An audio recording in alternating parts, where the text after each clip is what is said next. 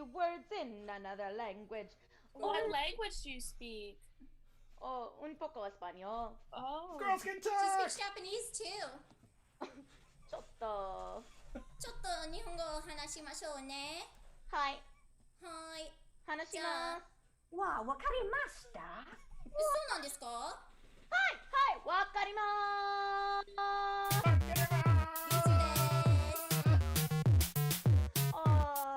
とても可愛いですね。何ですか？かわいい。何ですか？どっちですか？もっと。Edit. Live life on the edge.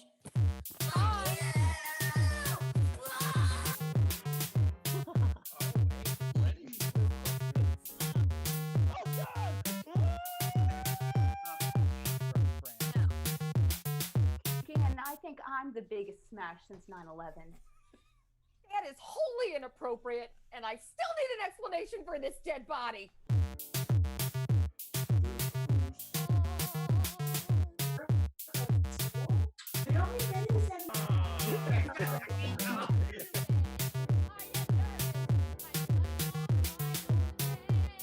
Jackbox Party Back 126. What is that? What is it? Is that your phone number? What is it? Stop flaunting your young age. Let that box get you off. Jesus Christ. All right. Just keep thinking about David Boreanaz and how hot he is. I'm so sorry. I'm so sorry this happens sometimes. I'm sorry. She removed her hand. She removed.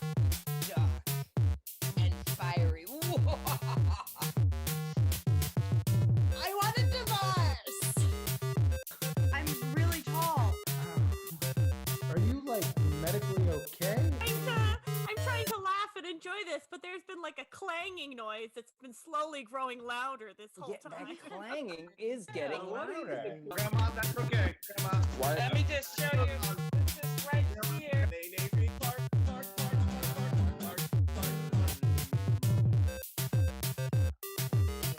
I threw all the spiders outside.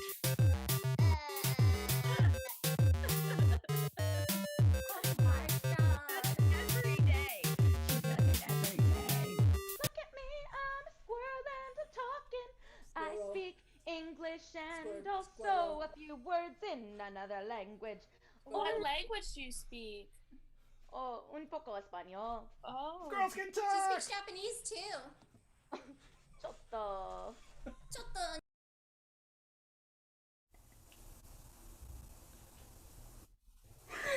Jammy, jammy, jammy, jammy, Jammy, jammy, jammy, jammy.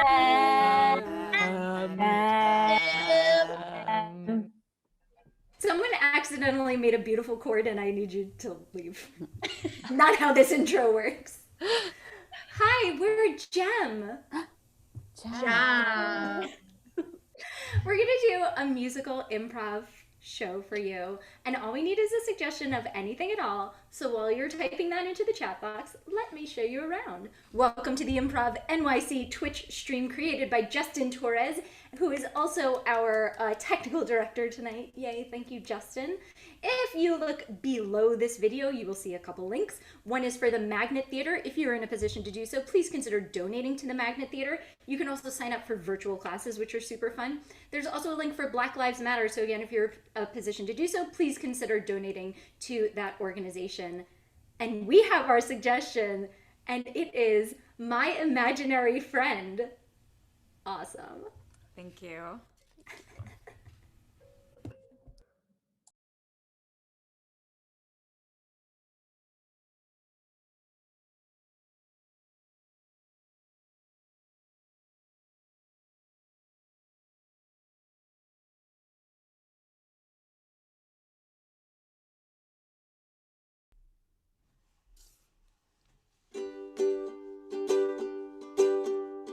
My imaginary friend is a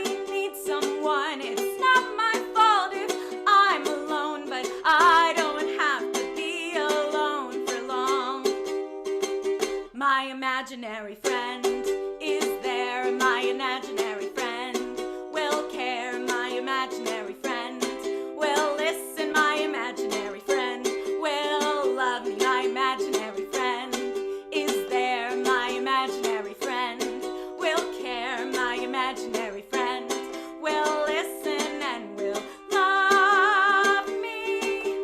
They'll never leave me, never go.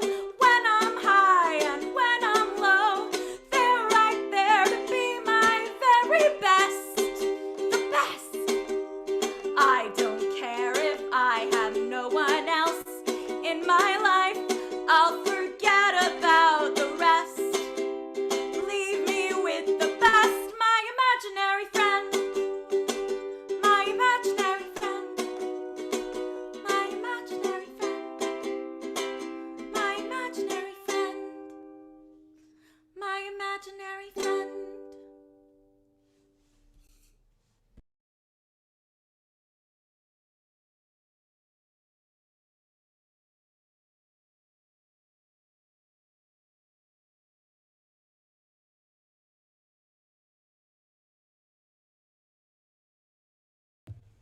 I've had it up to here. If you are not going to listen to your mother, then you can go straight to your room, little missy. Tag in Sarah. Got sent back to your room, huh? Yeah, I sure did. My mom's sure a mean old witch, huh? Yeah, I was in the corner observing. I was there. Why didn't you come out and say something? I get shy. Yeah, well, you leave me hanging. It doesn't make me feel very good. You say you're my friend. I'm sorry. Look, when I got assigned to you at the school after the College of Imaginary Friends, I got to be honest with you. I was at the bottom of my class. And I'm trying my best here, but I just get so nervous and I get performance anxiety. That's okay. You don't have to be nervous. Not in front of me. Because we're friends.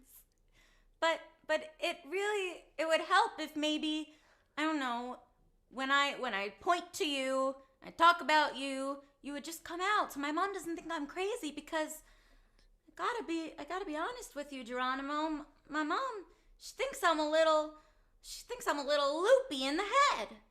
Clara, they said this might happen in imaginary friend college. They said this would be one of the deepest pitfalls you could fall into, where your friend gets sent in for psychiatric help. I'm failing you, Clara. I'm failing you.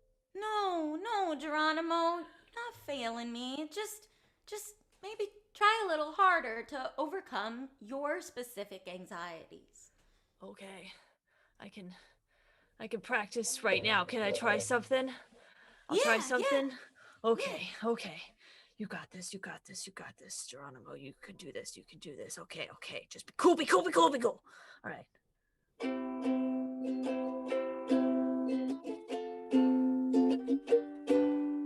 Hi, my name is Geronimo. I like to say ho ho ho. I'm Clara's friend, and I'm here to say that I'm gonna have some fun in a major way. I messed up. I'm sorry. I'm sorry. Okay. Hey, it's okay. Look, if you just keep going, I don't even know you mess up. I don't know this song. Oh, that's a good point. If no one knows the song, no one would know. Here we go. I'll keep going. I'll give it another try, Claire. You're doing great. You're doing great. All right, here we go.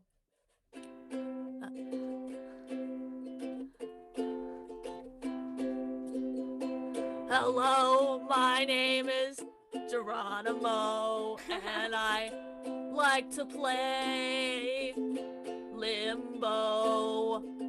Yeah, I like to go low, low, low, And I would say, being an imaginary friend, I'm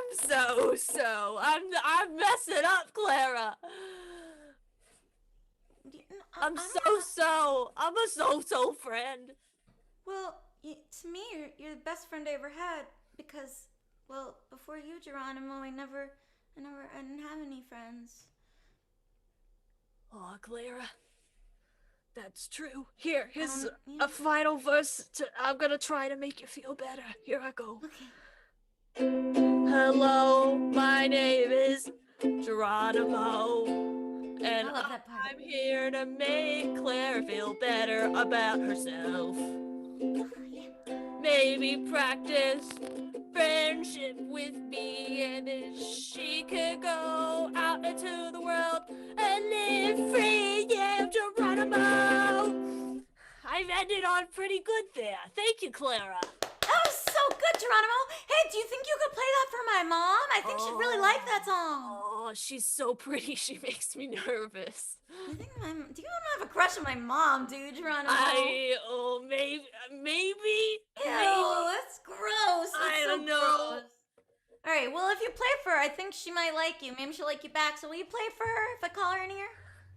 I'll try. Mom! What? Can you come to my room? I can't hear you. Open your door. What do you need? Can you come to my room? Don't yell! Don't yell in this house, Clara. But you said you couldn't hear me. She said she couldn't hear me and then she yelled at me for Are you whispering? Clara, no whispering. That's rude. Mom, will you please come to my house? I mean my room. Oh, so now you think it's your house and you pay the bills. I'm Is sorry, that what that is, Clara? No, When you get a job, then you can call it your house. I just misspoke, Mommy. Will you please just come to my room for a minute? No whining. I don't respond to whining. Should I try? Yeah, can you try? She won't listen. Yo, Mom, get in the room! Maybe she heard it. I don't know. Clara, if you are watching TV, you have to know, little Missy, that you are grounded. You cannot be watching TV right now. Oh no, I don't want you to come up there. I'm not watching TV. Please just come to my room for a second. Please. Okay, I am knocking. May I enter? Yes, you may. Okay, well, since it's your house, I didn't want to interrupt or anything Mommy, like that. I'm sorry. I didn't mean to misspeak. It happens sometimes because of my underdeveloped brain because I'm still growing. I'm a child. Well, that's a very perceptive thought for a child, so I think you're not giving yourself enough credit. Listen, Mommy has to go out tonight. You know how she's dating right now. So I hope that you'll be okay on your own here, Clara. Well, I'll be okay, but I'm not on my own because Geronimo's right here. Oh, honey. Geronimo, come here. I'm going to call the therapist tomorrow. For now, Wait. clean up your room. Wait, I'm here. Can you hear me?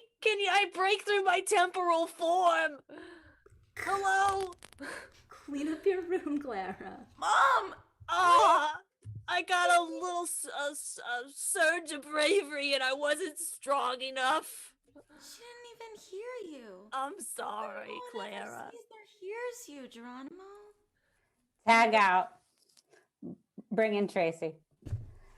Sandra, you look lovely tonight. Oh, Thank I cannot you. believe that you are the girl sitting across from me. I mean, truly, you're a vision. You're an absolute vision. Thank you, Mark. Wow. So, you're a mom. All right. How's that going? Well, if you don't know, you don't know. I don't know how to explain it to you, Mark. I've got kids. I've got them at least every other weekend. Oh, okay. I'm surprised to hear that they're not in any of your pictures. I mean, I'm supposed to be there every other weekend. Sometimes things come up. Yeah, you know what? Hockey game. Mm-hmm. Yeah, beers with the fellas. Things like that. But I like them. I like those kids. They're okay kids, you know? You like your kid? Hi, welcome to Johnny Rocket. Can I get Thank you you for choosing the restaurant tonight, Mark. Hey, burgers and shakes. What else can he ask for, baby? Am I right? Can I get you a milkshake or a French fries or anything? Yeah, I definitely want a large chocolate milkshake, a burger deluxe, and whatever the lady wants. Oh, okay. And I will have the grilled shrimp Caesar salad, please. Ooh, decadent for my lady. Okay, all right. One here. Okay, I'll get this right to you. Yeah, you're looking real good today, Sandra. Can you excuse me, Mark? I'm just gonna run over to the ladies' room. Okay. Yeah, I'll be here. I'm not going anywhere. Here I go.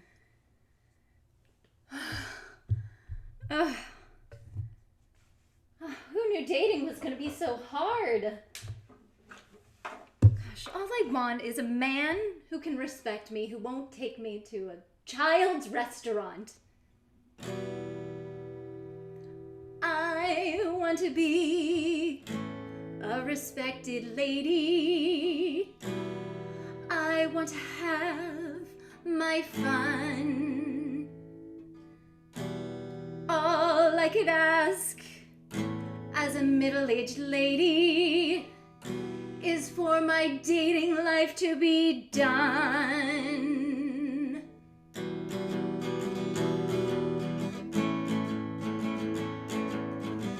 It's a hard life when you're 46.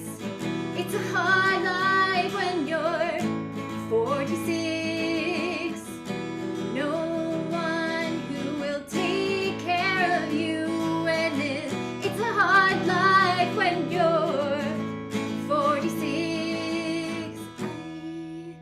I was a beautiful woman once in my life, but now it's all going downhill, and I'm only filled with shrimp and strife. Oh, it's a hard life.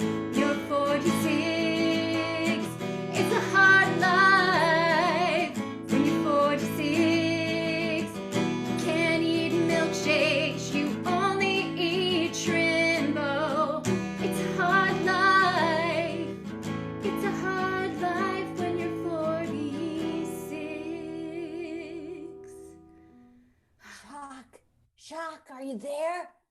Are you there, Jacques? Oh man, I think I'm blowing this date. I feel like I could really use some advice. You are not blowing it. You're doing an amazing job. This is a Jacques, fantastic. I'll tell you what, like Sandra, she's a she's a real hottie, and she just went to the bathroom. She's been there for like a long time. Ladies, they pee forever. So you are doing wonderfully. You took her to a fancy restaurant. I thought you could get anything you want here. They have burgers. They have fries. They have everything. They even have a full bar. You know, you are the creme de la creme of gentlemen, and she should see that. She should see. Jacques, you're the best friend I've ever had. Thanks for amping me up. Anytime. You know, you are my human friend, and at the Institute of Imaginary Friends, we learned that human friends must be lifted, must be taken care of, and that is what I aim to do for you. You're like the valedictorian of that college. You are. You're like the best imaginary friend. I don't even want to call you imaginary friend because You're not just imaginary. You're my buddy, you know.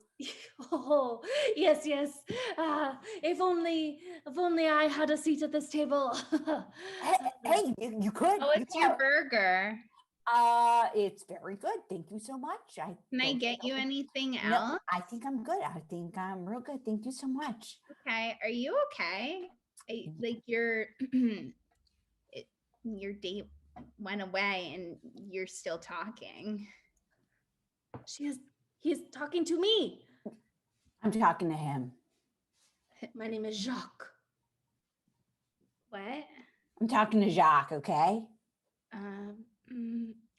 Okay. Do you want the bill? Okay. I'm gonna go get that for you. I don't know what Jacques is. I don't get it. Okay. Bye. Jacques? No one understands. No one understands us. No one understands us.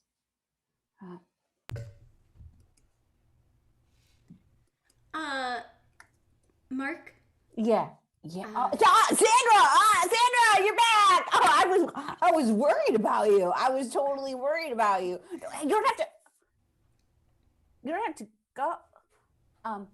You don't have to go. No one has to go. No one has to go. We can all stay here. We can finish our shakes. We can enjoy our 50s atmosphere. I think I'm just gonna retire early. I'm gonna take my shrimp to go. So, it was lovely seeing you again. It was great to see you, Sandra. I'll call you. Mm-hmm. Oh, good night, Mark. See, I blew it. Oh, Mark, there are other fishes. There are other fishes in the sea.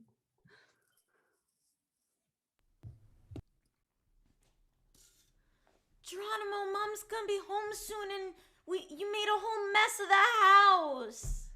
I'm so sorry. When I feel emotions, I just throw stuff everywhere.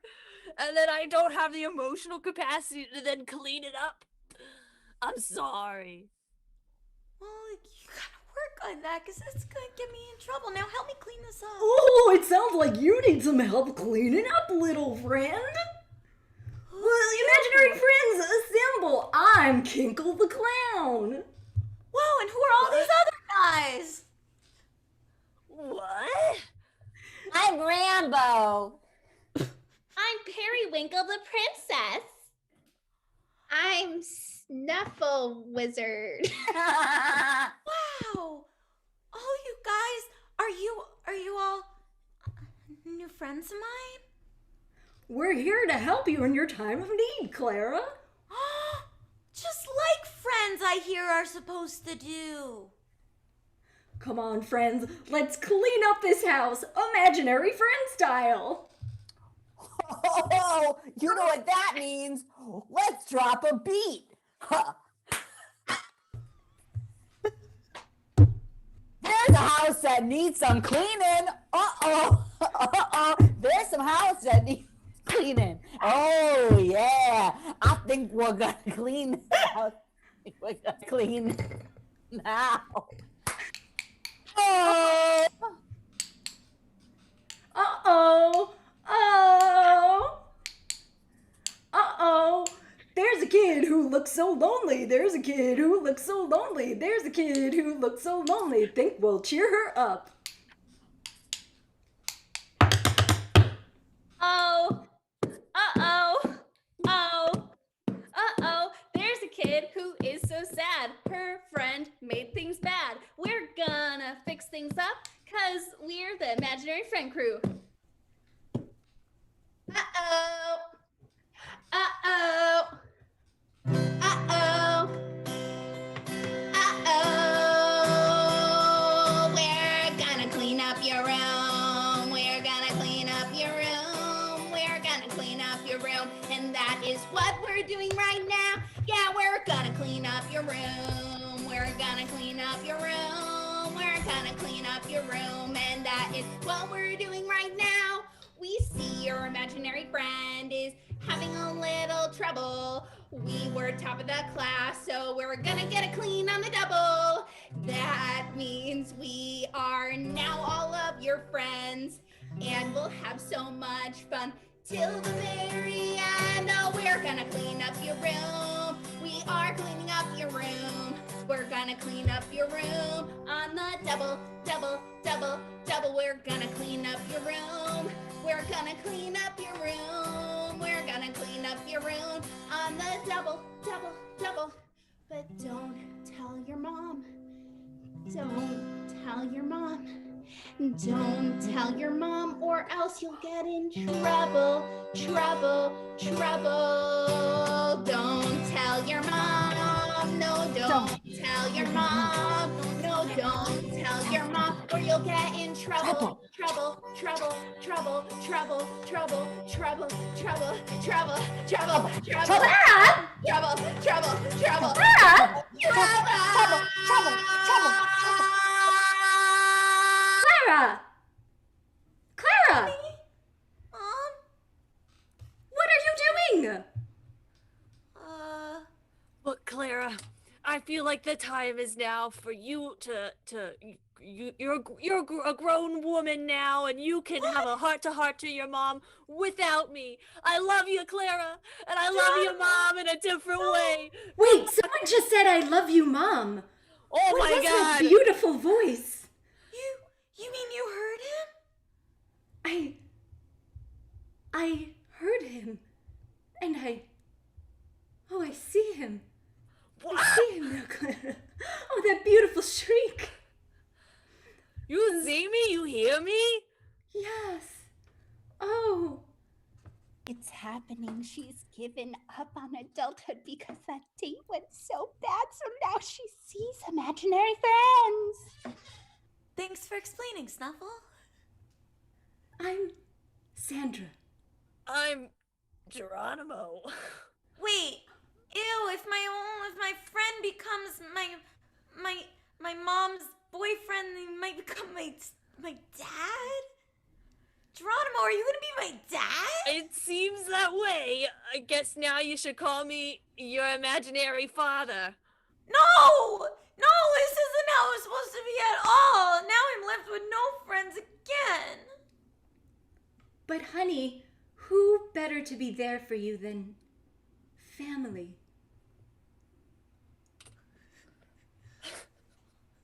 Oh, it feels so nice to have your hands on my face. You can actually feel my hands now. This is crazy. Yeah, wow, this is really nice. So, I guess I don't even need all those other people who came and cleaned the house. Oh. Clara, is there something you're not telling me? No. You're doing that thing that the kids do on TikTok where you've said too much and you slap your face. No, I'm not. Oh no. Oh no, I've said too much. Oh no. I didn't mean to tell you about the band of imaginary friends that came and messed up and cleaned up the house after Geronimo messed it up because Geronimo was messy and has low self-esteem. I'm working on it. You know what this means. Trouble. What? Oh, trouble. I thought you said throuple. Trouble. Sometimes trouble comes in the form of a throuple. What's the trouble? And mother has to be taken away. Clara, No, I won't let you. Oh. I'm gonna put my shrimp in the fridge, and I hope that this gets resolved by the time I come back. I just realized my mom was my only friend, and now all my imaginary friends are gonna take her away from me. My new friend turns out to be my mom. What I did wrong, so wrong. And now she's gonna be gone. All my new friends I thought were my friends are bringing her life to an end.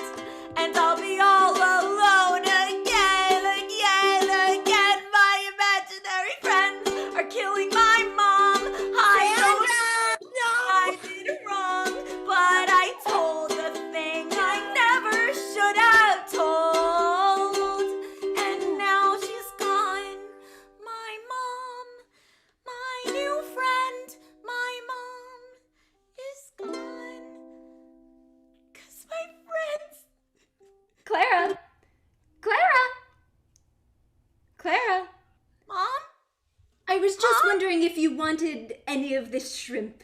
It's a true adult food. Mom. Oh, your hands feel so warm on my face. Mom, I just want you to know that even though sometimes you yell at me for things that I think are really unreasonable and just things that kids do, and maybe you're damaging my mental health by yelling at me all the time for those things, even though you do that, you're still my mom, and you're also my best friend. Oh, sweetie. Now, I want you to listen to a song played by my other best friend, Geronimo. I've been working You see really him? hard You on see it. him there, don't you? I'm back. Don't you see him? Yeah, was that last scene at just a No, vision? please don't make me go You're to so therapy, imaginative. Mom. No, Please it don't was make me all go to real. therapy. It was all real. I'm cutting the imaginary from my title. I'm the No, real. all that stuff I probably imagined. It was a big imagination. This is real life. This And is I don't know if real you right see my now. friend, Mom. I'm not crazy, Mom. I fought him off. Here you go. Hello, my name is Geronimo. It's a beautiful voice. Like to You love hear you it? You till hear the it? end of time. I wanna be a real father and a real husband too. And I will love your daughter like people do. I 'Cause didn't think you'd be able to hear him. Oh, it's beautiful, and I see him now too. For the first time, I see him, We're all and I real- love him, and we're in love. Oh, great. Oh, no. Do you like being stuck in this loop, Clara? Here we go. We're real friends now. We're real friends now. Yeah, we are all real friends now. 'Cause imaginary goes out the window and we're all real friends. Clara, wake up! Wake up, Clara! Mom? It's time for you to go to therapy. Oh no, I don't like my therapist. I don't feel like she listens to me. She just says shit that she read out of a textbook. I don't like it. Clara, are you talking to yourself in there, Clara? It's rude to talk to yourself, Clara. Clara, are you slapping your hand against your mouth, Clara? No, Mom! I'm just doing things that kids do! It's normal! Blackout!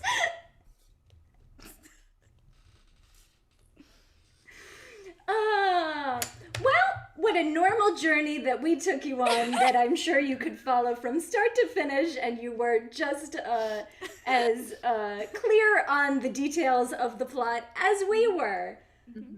Thank you so much for watching. Thank you to Justin Torres for creating the stream and for being our tech tonight.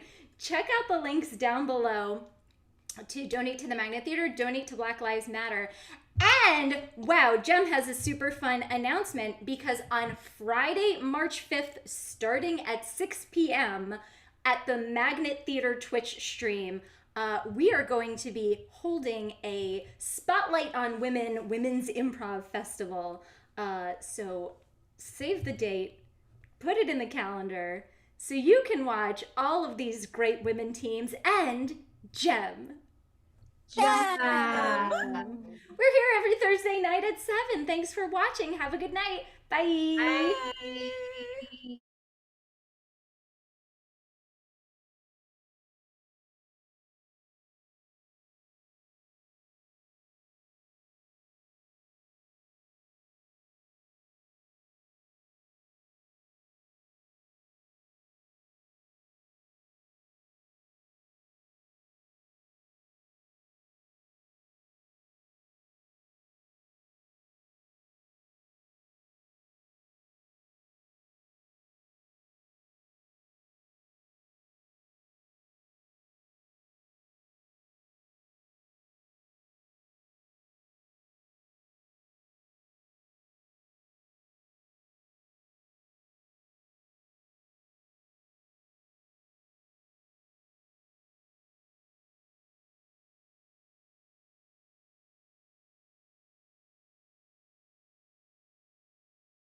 Down below. Hi, everybody. Thank you for coming out tonight. We are Glow. My name is Julia Kelly, and this is Beth Slack. Beth Slack.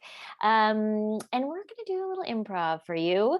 Thank you so much to Justin Torres for having us tonight. If we get a suggestion of anything to put in the chat, that'd be great. And while you guys are thinking of something great to suggest for us, I'll tell you a couple things. You're going to see 2 links below you. One is for the Magnet Theater, which is a wonderful sketch and improv theater here in NYC, and they could use any extra change you might have to donate right now. Great cause to give to. And secondly, there's a link for Black Lives Matter, which of course is an anti-racist movement and a wonderful cause that I know Beth and I give money to. And if you have any money at all to spare, would be great to give to Black Lives Matter. Anything else, Beth, that I'm forgetting? I don't think so. And I think we've got a suggestion. Oh, Palisades. Thank you, Palisades. All righty. You ready? Ready.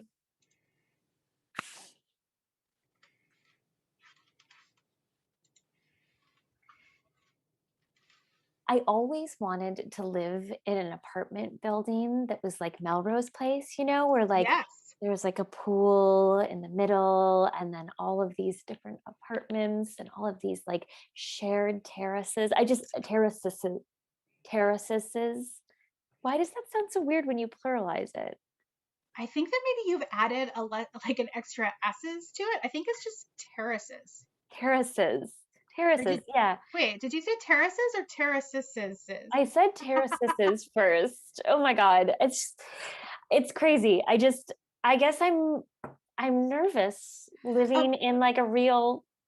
But can we just take a moment here, Bonnie, and just acknowledge the fact that you have manifested your dream? We are, in fact, standing on your terrace in a, like, apartment building that has a communal pool in the middle, and you can, like, see all these people. Your life is going to be so Melrose Place. And I mean the original, not the revival that was only on for, like, a couple of episodes that they were, like, not working. It's because of Heather Locklear. She's the unsung hero of the original Melrose Place, and people hate her, but they shouldn't. But also, Bonnie, you have manifested your dream. We are here. Daphne, thank you so much. I will say that our Melrose Place references are certainly aging us, but that is absolutely okay because we're just talking amongst the two of us. And secondly, I did manifest this. I did. Me sitting there, a little old me in a small town in Minnesota. I put up a vision board. I put up a apartment building with a big pool outside and a terrace that wrapped around the whole building with gorgeous people hanging out over the terrace. And what I did was I felt the feelings of actually being on the terrace and the sun hitting my face and just life filling me up and the possibilities as I looked out over the Hollywood Hills. I'm sorry, I just have to say, I feel like you are totally Brenda from 90210 because she too was a visionary, a very unsung hero of 90210, I might add. But she was like, she too came from a small town, I think in Minnesota. She did. And she like moved to California and she was able to envision a life for herself. My God, she got Dylan. Dylan. I know. It's wild. What is this journey that you're on? I'm stunned. I am stunned.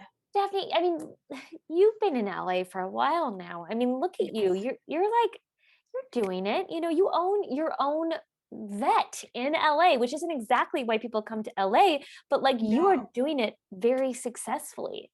I mean, if I'm being honest, I thought when I came to LA I'd be an actor, but sometimes the call of veterinary medicine is just too strong.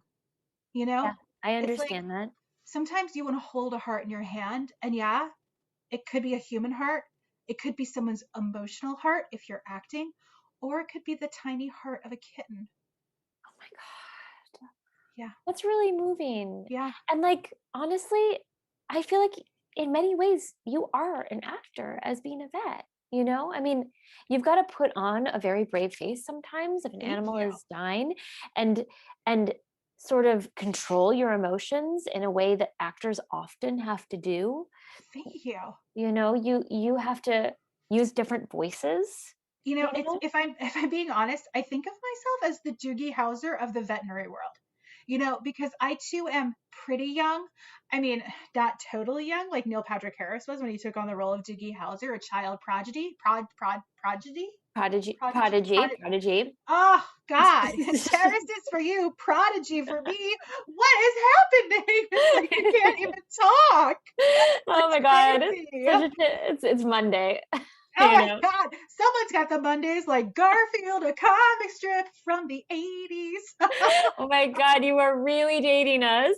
I'm so sorry. So No, let's it's cut. okay. Let's cut across to the center of this apartment building to an apartment that's on the third floor, 3B. 3B. We're heading to 3B.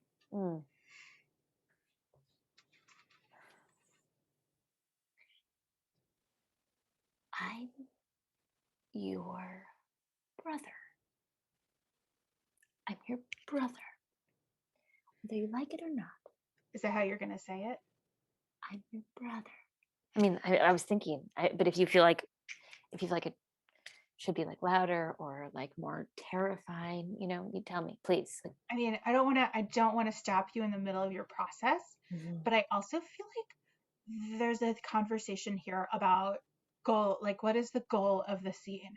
I realize that this is just like a life cereal commercial, and so the stakes don't have a lot of time to get laid, but if we haven't done the groundwork, then how can you expect to walk into that audition and convey what you need to convey so that a consumer will then buy life cereal, you know? Okay, let me give you, and you know what, Rumi, thank you for going through this stuff with me. You always do it, and I really appreciate it. I love this. I'm sorry. So ever since I started my psychology course, this has been an incredibly helpful tool for me as I'm learning about the different psychoses and stuff. Like, I never thought about. So well, it's mutually beneficial because you have deepened my acting, and I mean, okay, so for this script, it's two brothers, obviously, talking at the kitchen table about a bowl of cereal. Quick back and forth. If we could read the sides, that would be great. And you're right. Like, it's not just that. So in my mind, I was thinking, I just came back from killing our mom. Yeah. Okay, I killed our mom upstairs, and I wiped the blood off my hands. Sat down at the kitchen table, and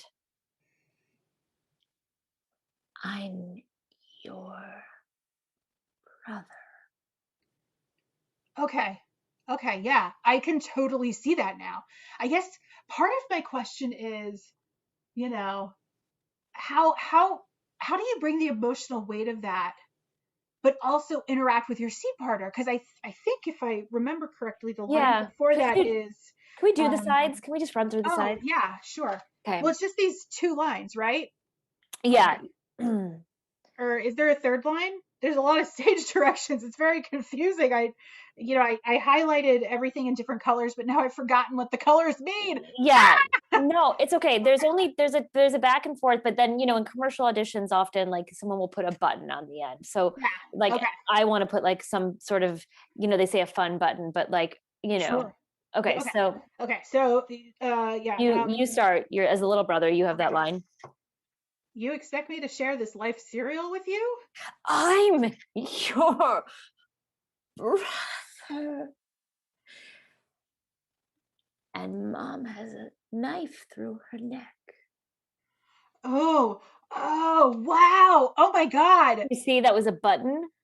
Chad, it now makes so much more sense why the emotional death, you know, it's like what triggered this brother, the character that you're playing, to kill the mom. We don't even get into that. Would it, it just says, seed opens on a sunny kitchen where a young boy eats cereal. Yeah. I mean, but like, you've brought such gravitas to this. It's incredible. Thank you. I mean, when you told me to think about like my worst nightmares.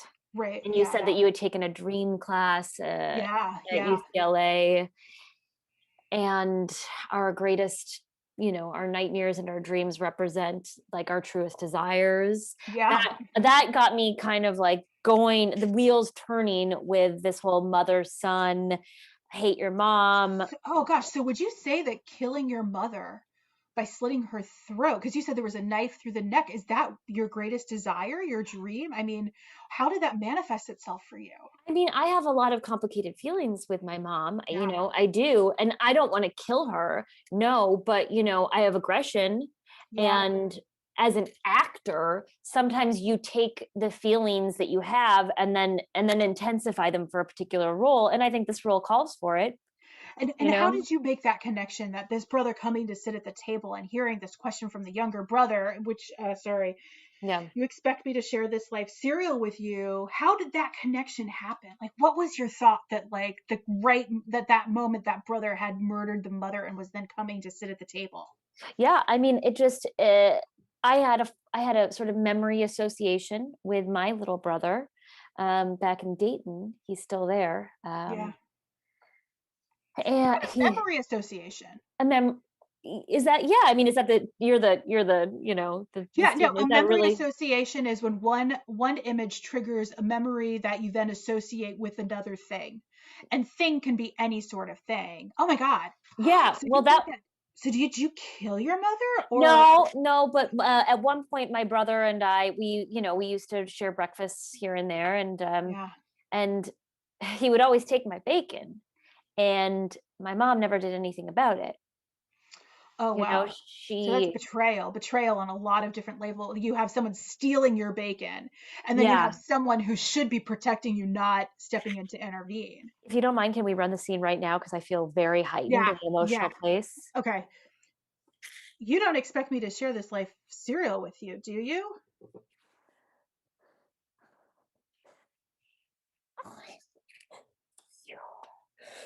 Goddamn brother! And mother's blood is on my hands. Too much, do you think? I think you've had a real breakthrough. Okay, oh God, someone is yelling at us to be quiet. It's just like I'm an artist. I know. They're banging their broom up. I'll keep it down, but I am an actor. All right, let's cut upstairs to the apartment below us. Shut up! Oh my God, you're just gonna make them mad. Stop pounding on the floor. They're just gonna get madder, babe. And then you're gonna be annoyed, and then we're gonna end up fighting about something later. So just let it go. Let it go. He's doing his process. We knew that when we moved to Cali, we were gonna be in a building with these crazy actor types, and sure enough, there they are. He's there yelling about killing his mother. At least I hope he's acting. Oh God, he's bad acting. I'll tell you that. Bad acting. My gosh. Oh, Jim. Babe. I wish that I just miss the ponies. I miss our ponies. I know, babe. But we promised ourselves that before we got married, we would go and live in California for at least a year. We would give ourselves a chance to go and have a different life than what we had in Montana. We got to try things. I know. I just feel like we said it when we were young. We've been together for so long, and we said God, we must have been like 8 or 9 years old, and we said the year before we get married, we're going to go to California and try something new. And it really didn't make sense when we ended up doing it, I know, we're just like two crazy kids from Montana. Like, whoever thought it? Who thought those kids would go and hang out in California? Yeah. I mean, I just... What did we say? We promised ourselves we weren't going to be our parents. We were going to live our whole lives in one place and never expand our horizons. And we promised ourselves, and here we are. We're having adventures. I never thought that I'd have In and Out, but I have it twice a week. Twice a week. One thing I love about you so much. Oh my God, what stuff? What do you love? Tell me. That you have like a vaguely New York, Brooklyn accent, and you're from Montana. I know, it's crazy, right? I love it. The truth is, like, I watched The Godfather like every week for like 10 years, and I just liked it because it was a good film, and I liked the adventure of it, and I liked the scope of storytelling, and it was so much bigger than my life on a ranch in Montana, and then I took it in, it like seeped into me like butter into a hot bread. Oh my God. I know it's ridiculous. Steph, you know what I love about you? Mm. I love about you. I love that you went on this crazy adventure with me, even though you weren't totally bought in. You weren't 100%, but you still believed in us enough to say, you know what, I'm going to do it. I'm going to say bye to the babies, the ponies, and I'm going to go. I miss the babies too, just for the record. Yeah, I mean, we all miss the babies, but this was important. This was important. We had to do it. We had to do it. We were never going to forgive ourselves if we ended up like our parents. I know. Haven't tried anything because you know what? A life half lived. No, what am I trying to say? A life half lived is no life at all, kind of thing. Yes. Thank you, Steph. Thank you for correcting me. Yeah, I'm glad. I'll go anywhere with you, Jim. I always will, no matter what kind of crazy idea you have. I just feel like, things were going kind of well. We had our twins who mom is now taking care of. We had the ponies. Yeah. I had started a pretty successful Etsy business. Yeah, I love those things you make. Thank you. I mean, who else would have been nominated for best new business person of Montana? I mean, there wasn't a whole lot of competition in the. Don't do that. Don't do that. You're amazing. You are amazing. Well, no one was making scrunchies made out of real snake skin, but anyway. Hey, you know what? Don't talk about that woman. Don't talk about the woman that I love like that. Because that woman went out and she got it done. And you know what? She acknowledged my dream of living something a little bit bigger to just try to make sure, we're going to go home. We're going to go back to the kids in a year. Yeah. We're going to go back. We're going to go back to our lives in Montana. But you know what? It's going to be all the richer because we were able to, eat from the grass on the other side of the fence, right? The grass is always greener over on that other side. Totally. You're right. And you know what? We've had these In-N-Out burgers sitting here for the last half an hour, and then I got totally carried away on a tangent with these idiots downstairs. Let's do a burger cheer. Oh my God. My favorite kind of cheer, if I'm being honest, right? And I love that you want to do In-N-Out once a day for every meal. I love it. Oh my God. If I could have it for every meal, I would do it. Wait, babe. These are the best burgers you've ever had, right? They taste sort of actually not that dissimilar to just kind of any other fast food. Whoa, I'm sorry, what? If I'm being honest, I don't really see. I mean, they've got this special sauce, this alleged special sauce, but other than that, I don't really taste much difference.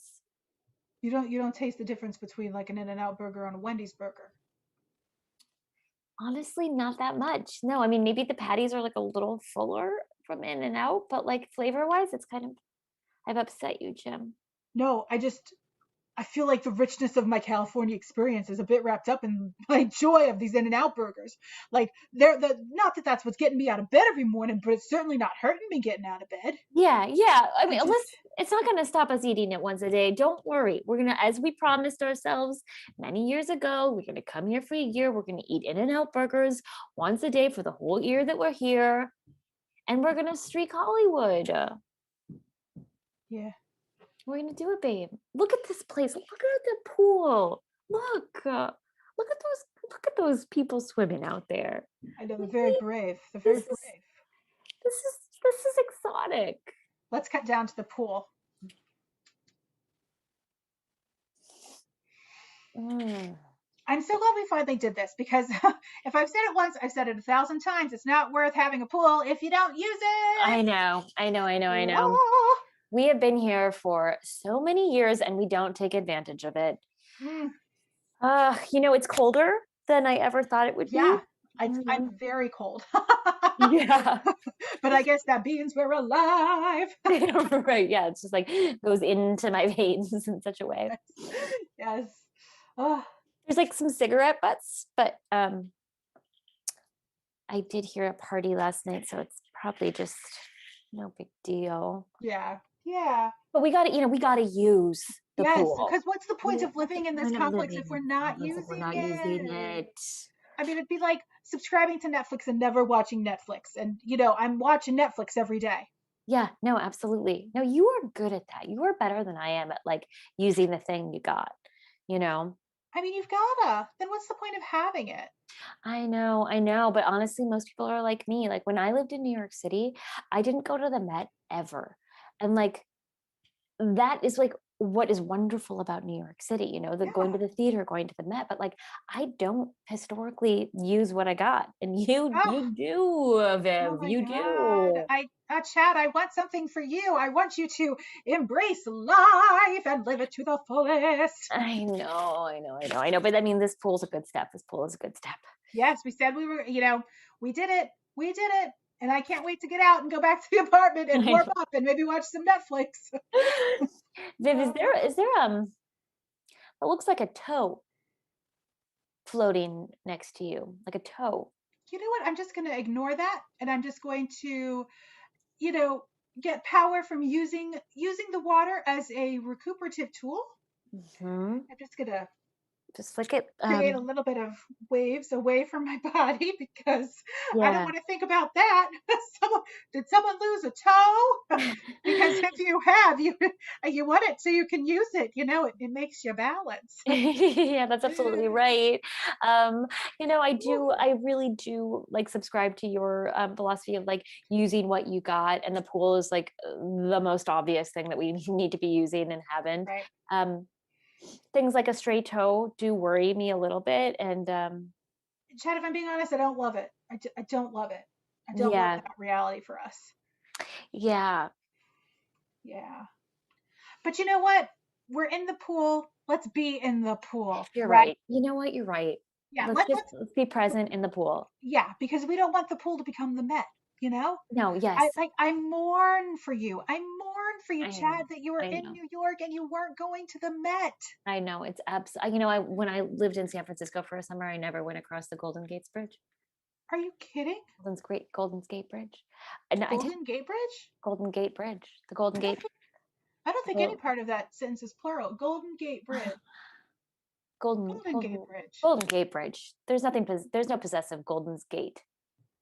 Golden Gates Bridge. Was there a man named somebody Golden and it was his gate that we're referencing? Ooh, gosh, would love that. Would love to have a bridge. Would cross it all the time. Okay, I don't want you to freak out, but there is a dead rat that's right to your left. I think we should just inch this way. Let's just inch this way. Yeah. I'm gonna just create a little bit of turbulence in the water to move the small corpse away from me. Okay. I hope that the rat died. The rat died doing what it loved, Chad. I hope that it had fully embraced life, had sucked every bit of marrow from the bone. Ew, that's so gross. Okay, let's cut across to across the pool, next to a little shed. Yeah, I mean, we were supposed to clean out the pool hours ago, but I'd much rather sit back here with you and get high. Yeah. Won't make it be weird now. I mean, what are we gonna go do? Ask them to get out? Just be like, we shouldn't have partied here so late. But like, I have the keys and everything. Dude, it was too easy, You got the keys. What are you doing if you're not using them? Exactly. That was such a cool, I was thinking about it, and what? I think, yeah, dude, I'm so high. Wait, what? This is why we shouldn't party on a Wednesday. Wait, is it Wednesday? What day is it? Hold on, I got it on my Apple clock. Your Apple?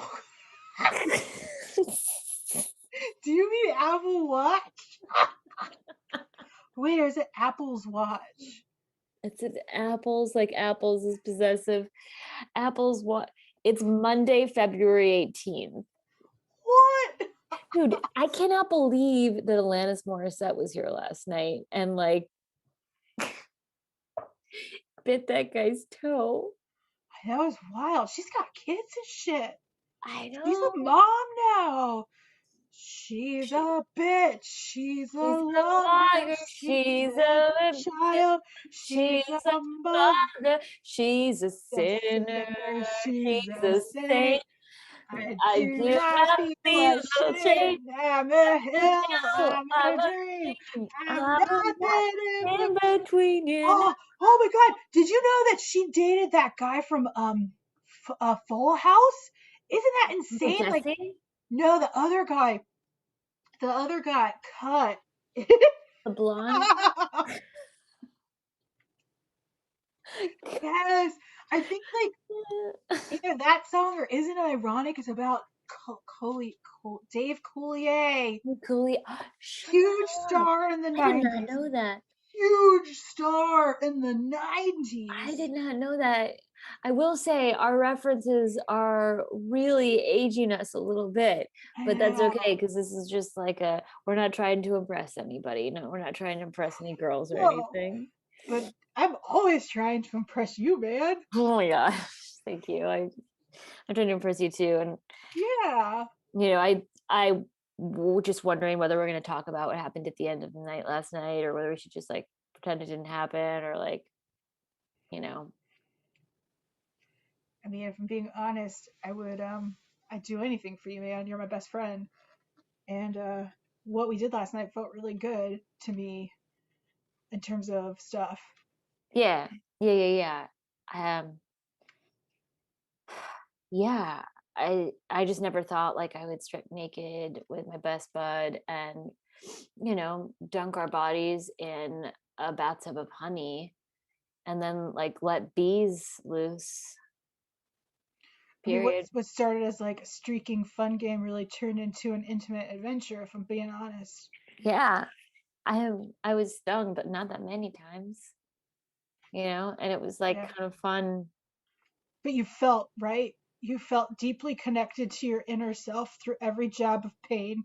It like released psychosis into the earth. Like you were able to feel, and it made me think of like this time when I was a kid when I was stung by a bee and I cried, but my dad was really cool about it, you know? Yeah, that's beautiful, man. You know, you should use that. You should use that like in your acting. You know, I know you want to pursue it. Like you should use that sort of stuff as ammunition and like, you know, fodder for emotional decisions. It's just like, Hey man, I think that the Golden Girls said it best. Thank you for being my friend.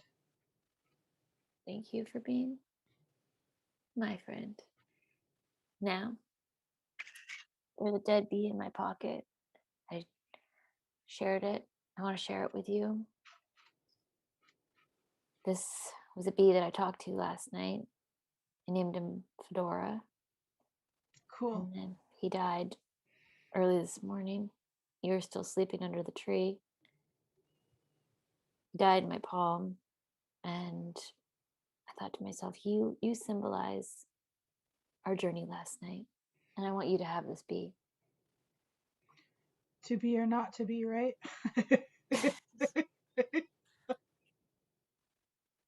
Okay, let's cut back to the original two who are up on the terrace.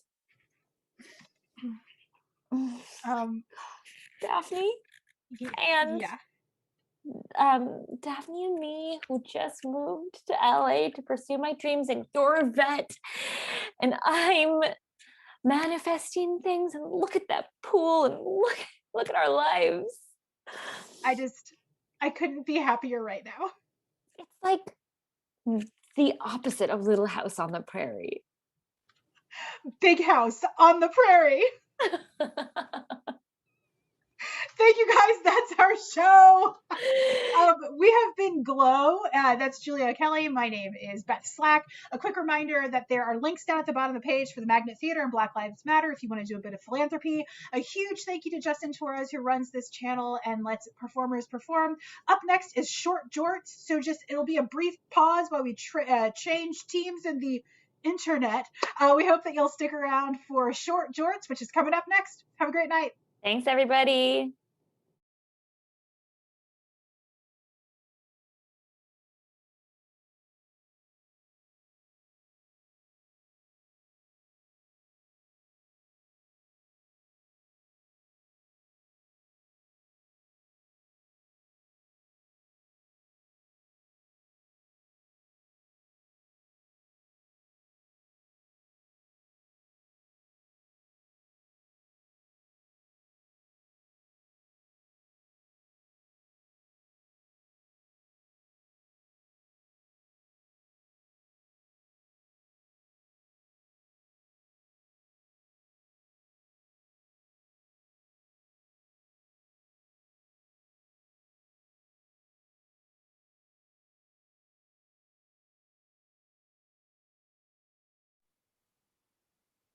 Hello, we are Short Jorts.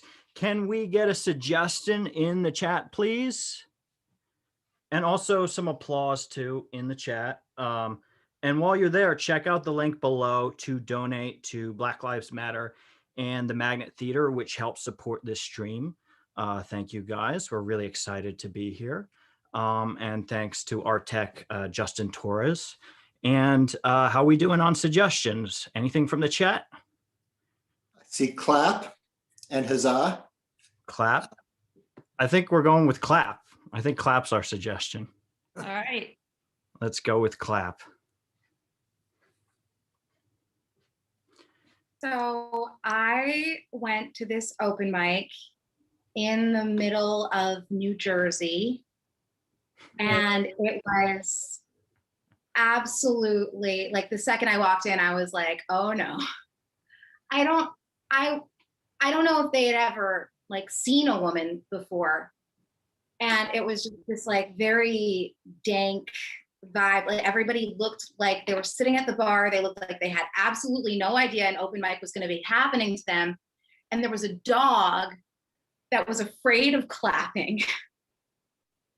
This dog, and I was like, okay, so the dog is afraid of applause at the open mic. Maybe this isn't like the best place. And he was like, excuse me, this dog was in Afghanistan. This dog is a veteran. So there was nothing that we could do. So nobody was allowed to clap at the open mic. And I was on stage and I was beside myself and I didn't know what to do. And this one man was heckling every single thing I said. And I don't know what came over me. It was like just the level of despair of just being at another bad open mic just washed over me and I couldn't take it and I snapped.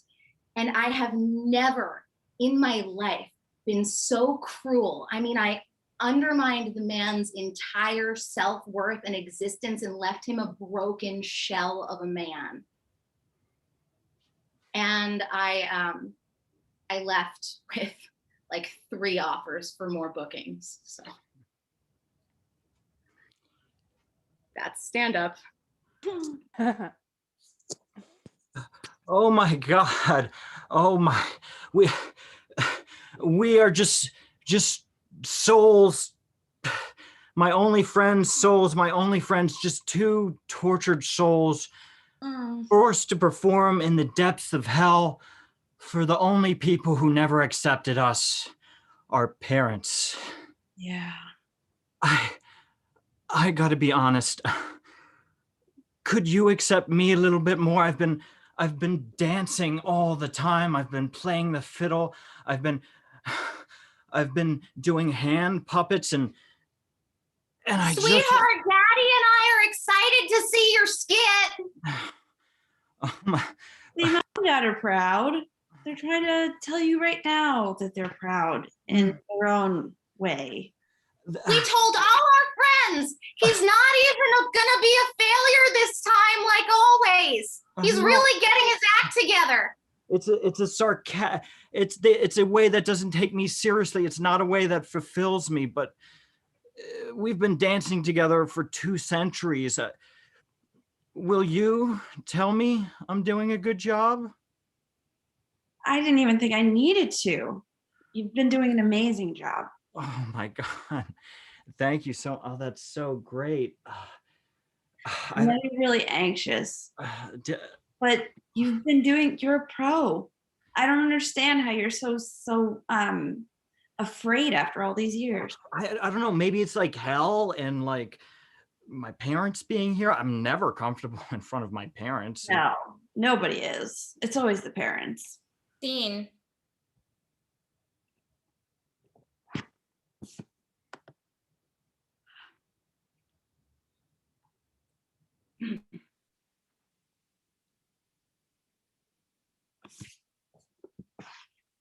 So we're not supposed to. But if I could just say, okay.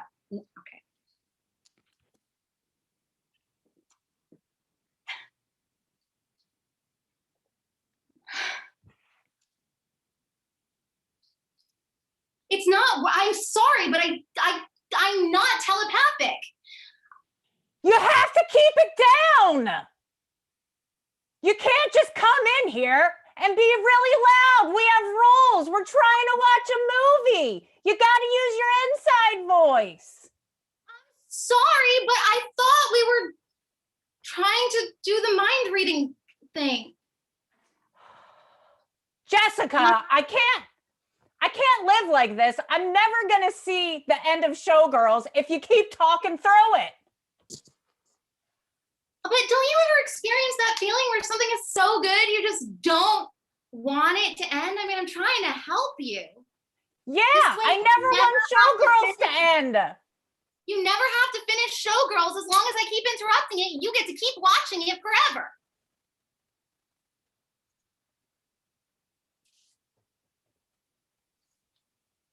Is that Jesse Spano?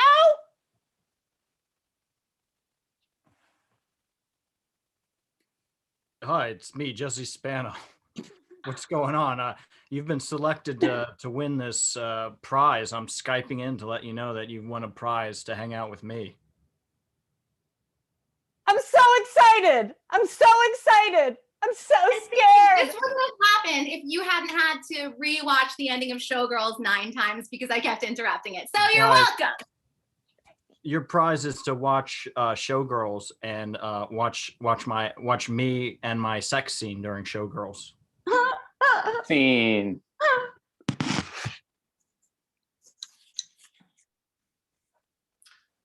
Framboise. That's what this one reminds me of, Pierre. Framboise, like raspberry in French. Do you remember we were sitting near the Pont Neuf with our feet in the water of the Seine, eating raspberries? I do. I remember. It was long before you were born, little Sophie. I wish I could be as cool as you guys, like my parents, my dads. It's easy. You will be cool very soon. You can order. You are of drinking age, no? That is half the battle of being cool. Having a drink is very mature. It's so sophisticated. It tells the world that you know about the meaningless of existence. Wow. Dad, you're so deep. Well, what about me? Would you like a glass? Oh, okay, Dad, too. Yeah, sure. So am I deep too?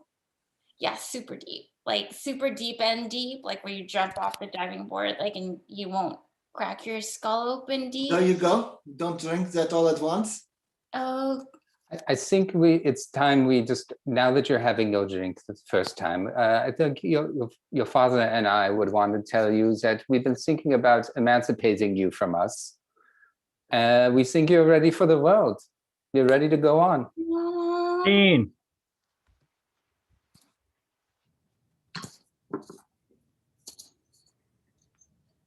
What do you mean this dog's not best in show? This dog here is a PhD in economics. Listen, as your friend, your dog is very smart, but unfortunately your dog is flawed. Your dog has been, sniffing the other dogs. It's just not been behaving itself. And that's just normal dog behavior. Look at that pot belly. That's a perfect little pot belly right there. Your dog is so beautiful, and you're so beautiful, but unfortunately, the other judges did say that your dog is just dead ugly. I expect the names, the addresses, the relatives. I want to know who said what. It's my job as the messenger of the dog show to take all the brunt. I said everything. It's all been me. Hey, did that hyena and the her owner go home? Oh, excuse me, ma'am. I'm sorry about that. He's just repeating what I said, that the dog is ugly. I'm taking all the blame for this. I am the messenger, but also I have influence in all their ears, so it's been me. Don't blame anyone else. Uggo dog out of here yet? Oh my goodness. What the hell is wrong with all of these people? This is the best damn dog you'd ever meet. Oh, yes, it's so beautiful as a human being, but as a dog, it's quite ugly. At least they're not saying you're ugly. In the past, they've called contestants ugly. I'm so sorry. Well, that's just mean-spirited. Okay, I'll admit it. They also called you ugly. I'm so sorry. Dean.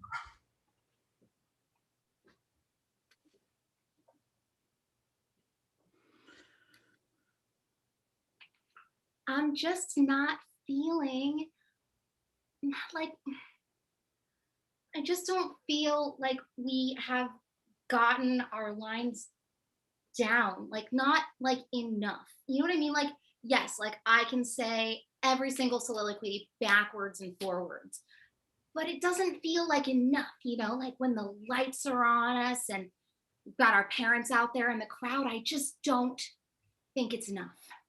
Don't you just love the roar of applause where it's like so deafening? It's like, wow, I am really good. I never get that, but you do all the time. Honestly, I enter a fugue state and I can't even hear it. After every time I perform, it feels like there's just a ringing in my ears and I can't feel joy or love or anything. And I just all I have the feeling of is that I didn't do a good enough job. You do a good enough job all the time. That's why you won this Golden Horse trophy for acting. I did win a Golden Horse. That was a good moment for me. But could you not touch it though? It's very expensive. It's nothing personal. It's just you have like really oily fingers. Dean. All right, guys. Listen, I got a problem here. Okay, here at little Buddy's adoption center. Okay, no one's taken Rusty. Okay, Rusty's been our longest serving dog here. Okay, he's getting along with the tooth. As the biggest and most wealthy adopter, a booster of sorts of this organization, That's why we asked you here. I have to say that I'm really disappointed in the quality of Rusty. The dogs you usually bring are usually top notch from only the best broken homes, and this dog smells and watches TV too much like a common man. Listen, I'm going to just tell you right now, Rusty, he was involved in some secret ops in Central America in the 80s. Okay, he was in Grenada. Okay, he helped overthrow some dictatorships. Okay, I'm just going to tell you right now, he's served this country well. Now, the thing is, I feel like you kind of misrepresented what Rusty was capable of, because I sat him down in front of my taxes and he didn't even know what a standard deduction was. I mean, ma'am, that's not his fault. His one and only obligation at this point is to love and be loved. And if he can't help you with your 1099s, then, well, if the love can't help you, then I don't know what else will. I mean, the only thing that dog ever did know how to do was to sniff out large quantities of cocaine. Why would anyone want a dog like that? I don't know, say you're in a rival gang and you're like getting into a situation where you just need to like pick something. I don't know. I don't want to get into it. Listen, if Rusty's not going to be the one for you, we gladly have a cat that took out Osama bin Laden, okay? In my defense, that woman's finances are a mess. Dean.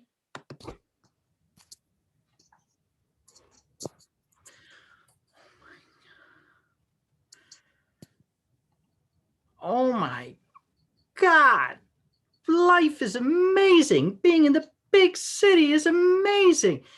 Oh my God, thank you so much for taking here. My great uncle, who was so kind but also weak-hearted, and parents said he shouldn't come out because he might die of a heart attack any second. That's right. I'm your great uncle, and you're little Tommy from Iowa, right? Yes.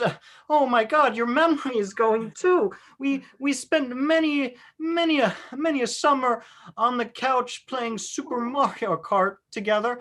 Please don't talk so loud. Your heart might go out. That's right, little Tommy. I'm old and crazy. I don't remember who you are. Now that you're in the big city, why don't you come with me? There's some people I want to introduce you to. Yes, that's why I'm here. Oh, who is this? This is Sally. She runs some of my affairs for me. Yes, I'm very organized. Sally, you need to perform the financial analysis here on Mr. Conley. He's just come in from Iowa on the 1213 bus. You know the Financial analysis? You said you were going to make me a man. Finances is what makes me a man in the big city? I thought it was going to be something more exciting than this. Scene.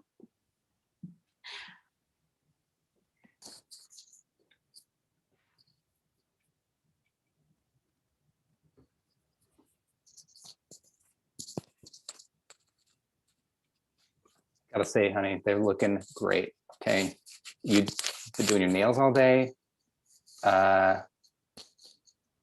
Sophia and I think you're ready to go out, ready to go out on the town. Okay, parade a little bit, peacock, if you will, whatever.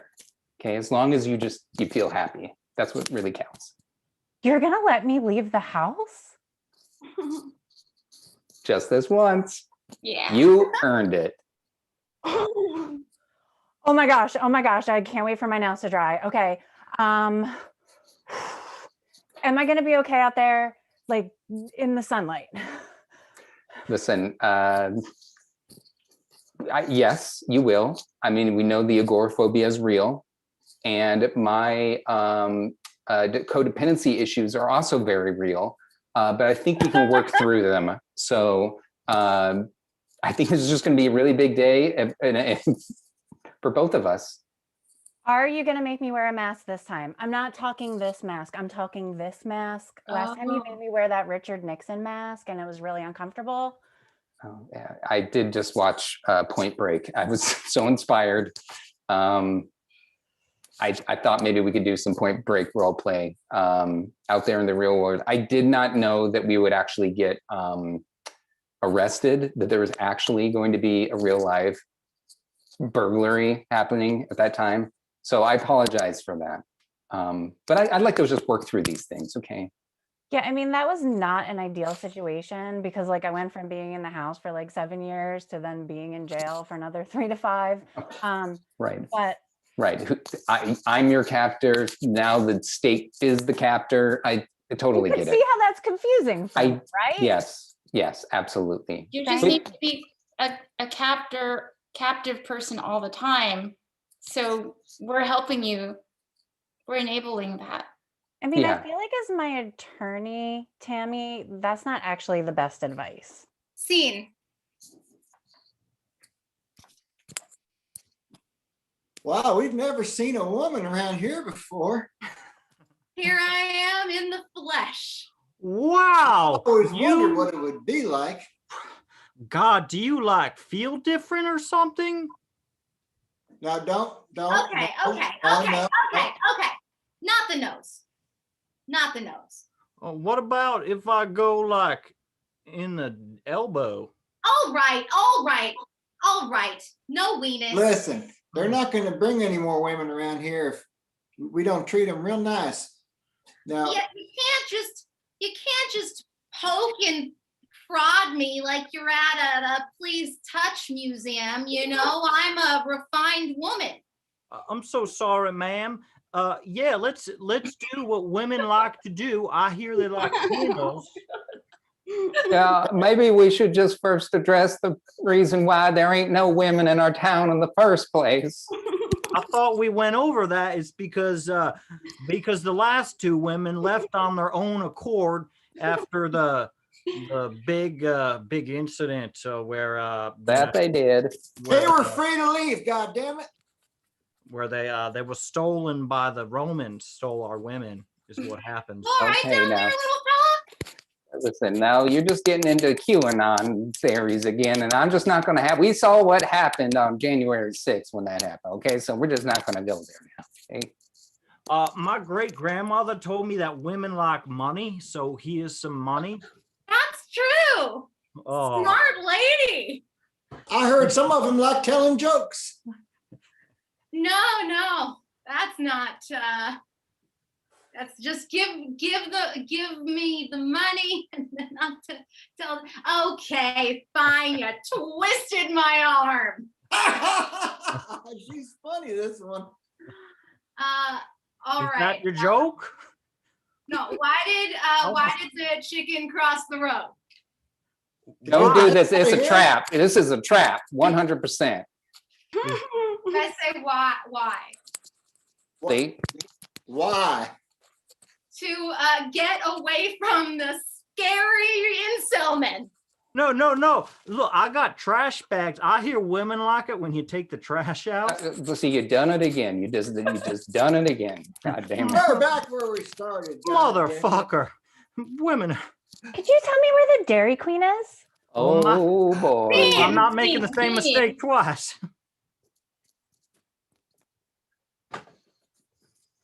All right, everybody get in here. We have to have a meeting. Come on, everybody.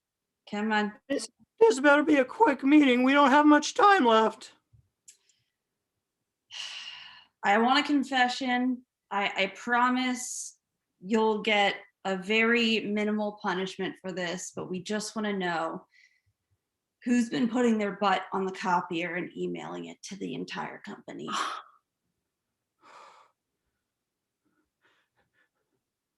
Hey, just because I like the big butt song doesn't mean it's me. Okay, you see right there, he covered his mouth. Okay, he's trying to do that thing where he throws it off to somebody else. Hey, I'm this guy who likes big. It's me. I did it. So, see, that's not me. Okay, I'm not the one who does the butt sing. Just kidding. It was definitely me. So unless it was tabloid size, it wasn't me. Can we ask why you did it?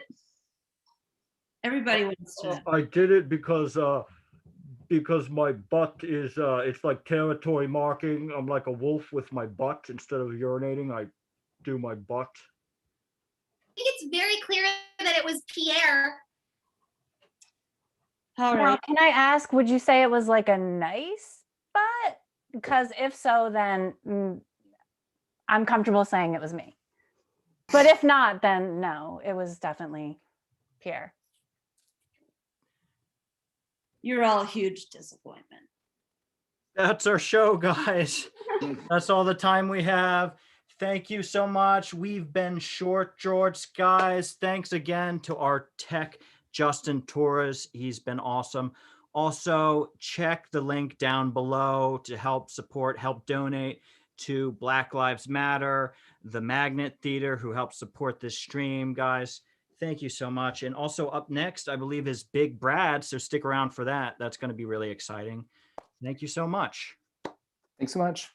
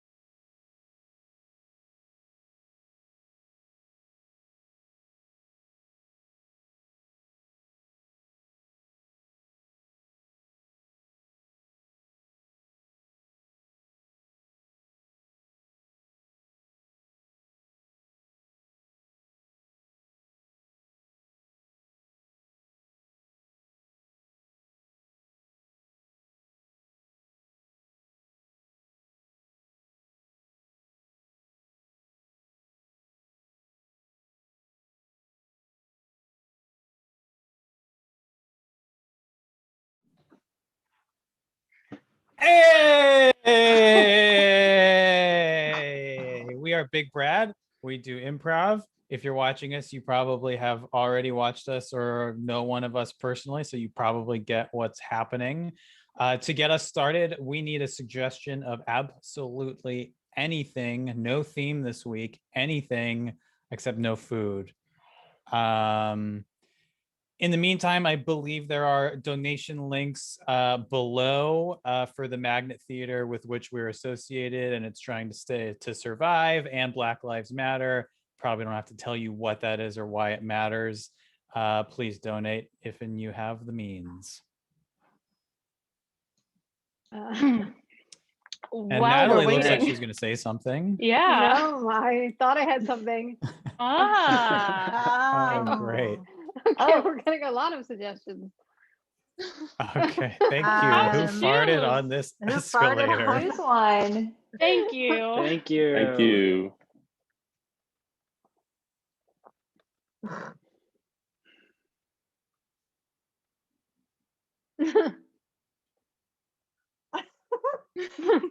Well, that was a rough shift for all of us mall cops. I mean, I don't have to tell you that. I mean, I'm down. I'm down, you guys. This has been a tough month. You know, at least in the East District of the mall, it's been nasty out there. I mean, how are you guys doing? West has been tough. We had a couple of petty theft incidents, graffiti in the evening on the outside, a couple of fights, teenagers fighting. Yeah. It hasn't been pretty. No. Yeah, Ned, you're new. I mean, I hope you're not, kind of getting all, kind of ground down by the dynamics here. And I mean, look, Northside is supposed to be an easy beat for you. Yeah, they said Northside would be easy, but I don't know. There's a lot of corners where people hide, and I haven't quite figured out the geometry of it, I guess. So they usually get away from me. Yeah, corners are tough. That's one of the toughest parts of being a mall cop. You'll get used to it. Yeah, well, man, I don't know. It's let's just say I think I'm on the hot seat. Oh, like, what, you think you're in danger? You think your job's in danger? Yeah, I think so. I let a kid die on my watch. What? Oh, what? Yeah. Ned, when did this happen, man? How did this happen? Look, this is the four walls of the mall cop break room. This is a safe place to talk. Let it out. Let it out. Swipe to the Hot Topic store in the mall.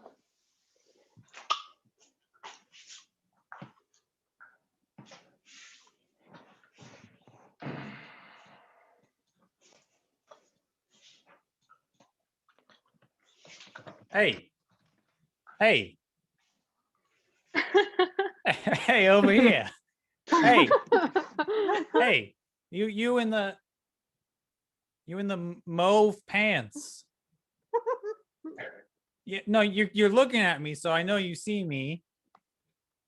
Did you just steal What's this that? Stewie t-shirt? Oh, that's a cool shirt, but no, I never saw it before. Can you open your bag for me? What bag? The one behind your back. Oh, okay. Look, kiddo, I'm having it really tough, okay? And you teenagers just coming in here and stealing stuff right from under my nose, knowing that I have no legal authority to do anything about it. You're just mean, okay? You're just mean. You're mean, okay? Hey, are you the mall cop? There's a kid choking on an orange Julius in the food court. No, we're having, dude. I feel one now issue I at a feel time. bad. I'm dealing with this lady who I'm pretty sure stole the Stewie t-shirt. We can't find anyone to help. There's no emergency coming. I don't know what's happening. They're taking I'm sorry. forever. I have to check my handbook to see. Okay, chapter 3, Look, section You 4, absolutely subsection. have no authority to stop me. Oh my so God. I'm just gonna walk out. Hey, all look, right. I'm not good Who under cares pressure. about the person? Someone is choking on an orange Julius. I need to go to the break room. I'm sorry. I have to go to the break room. I'm out. Bye. Back to Sourcey. So it's pretty much like 45 seconds ago. Oh, Correct. that's what those sirens were. Oh, someone called the cops. Okay, that's good. All right, our EMTs. Yeah. You know, Ned, you probably should have been there to greet the EMTs. Yeah, in retrospect, hindsight being 2020, Ned, your shift isn't even over until 6. yeah, I'm allowed, labor law, I'm allowed a break. What was your job before? Oh, I'm sorry, Joseph. Well, what did you just say? No, look, we have a lot of pattern recognition. We've seen this before. Look, yeah, sure. Marty and I didn't, we didn't let somebody die in our first week, certainly, but we've all seen deaths. I mean, look, this is the mall. Like, bad stuff happens. Well, when you sign up for this job, you got to be ready for death, destruction, misery, whatever comes your way. What's the worst case you ever seen, Joe? Well, I mean, I have to ask you, how would I know? no, I just don't know. I just know that you're ready. I just don't know that you're ready to hear this stuff, Ned. I mean, you're just coming off of a pretty tough beat. Like, I don't know that you want to know how bad it can get. I didn't always used to work, kind of, the fantasy mall. I used to work on the other side of town. Oh. Check out Tim and Anise. Hey, Joseph, I'm glad I found you. You're I know this isn't your part of the mall, but if you could check out the elevator, we have a tough one with a bad one. Please, look, I know I'm new, but please don't haze me. It's not hazing. Okay. This is You're the only one I trust here, Ben. So it'd be really devastating for me if this was not a real exercise and this was some sort of hazing thing. Trust me, it's not a hazing experiment. Okay, Ben. Well, your mom and my mom are friends, so again, this would just really be purple all over. But yeah, let's go check out the elevator. Here we go. Right this way. You see the scene, right? I'm not. I mean, what am I looking at here? Do I need to get closer or something? You're not so much looking. You're more or less. You breathe. Close your Oh mouth. my God, breathe in. Peter, put your clothes back on. Peter, put your clothes back on. Oh. God. Shit. Hey, do you guys work here? Yes. My friend Ben and I here. I'm sorry, I panicked. I felt like I couldn't even be present for a second. What are you doing? This is the mall. I know, but we're teenagers and we like to do it in the elevator. Leave us alone. Ben, what's protocol here? This is horrific. Why are you covered in pus? Is that slime? What is that? Come on, man. I have cystic acne, okay? Oh, sorry, I didn't mean to. God, he's just getting Accutane tomorrow. Tag everyone but Aaron. Leave Aaron on. So you're gonna do it tonight with Patrick? Yeah, Oh my I got God. the place all figured out. No, wait. It's gonna be so what? You think you have the place? I have the place. What is it? You have never heard of the southeast corner of the mall. There's no What mall is cops there. The mall cops don't go to the southeast corner. They don't. They only You just got to go in there. You go in a corner. There's a side entrance. It's the door next to the Jelly Belly store. Yeah, and you go in and bring a sleeping bag because it's kind of dark and damp in there. Okay. Yeah, and Is it like romantic or anything? there's like an You know what? I overhead. don't care. I don't No, care. there's I'm ready. I don't need it. there's It doesn't need to be romantic. there's a strobe light, so it's like as romantic as it gets, pretty much. It's There's just a like strobe light or like a light yes. that doesn't work properly. No, it's a legit strobe light, and Why? yeah, because it's a corridor in the mall. I don't know. So yeah, and How sometimes many kids go there? Swipe the scene, bring back Amanda. Honey, I know you said you're going to the mall with that boy you're seeing, but I've heard some things about the mall, and I know you're gonna go anyway, but I just want you to be prepared for what happens in the mall. Have you thought about the greater implications of going to the mall with a boy? Yeah. I want to say, first of all, Mom, it's super dope that you're cool with me being gay, because, you know, me being Peter, my partner, you know, yeah. So that's super cool. But yeah, I've thought about what it means to go to the mall. Or me being Patrick, I mean, Patrick, Peter, Peter, Patrick, you just go back heritage. and forth between your first and second last, you know, your middle name. It's okay. I know.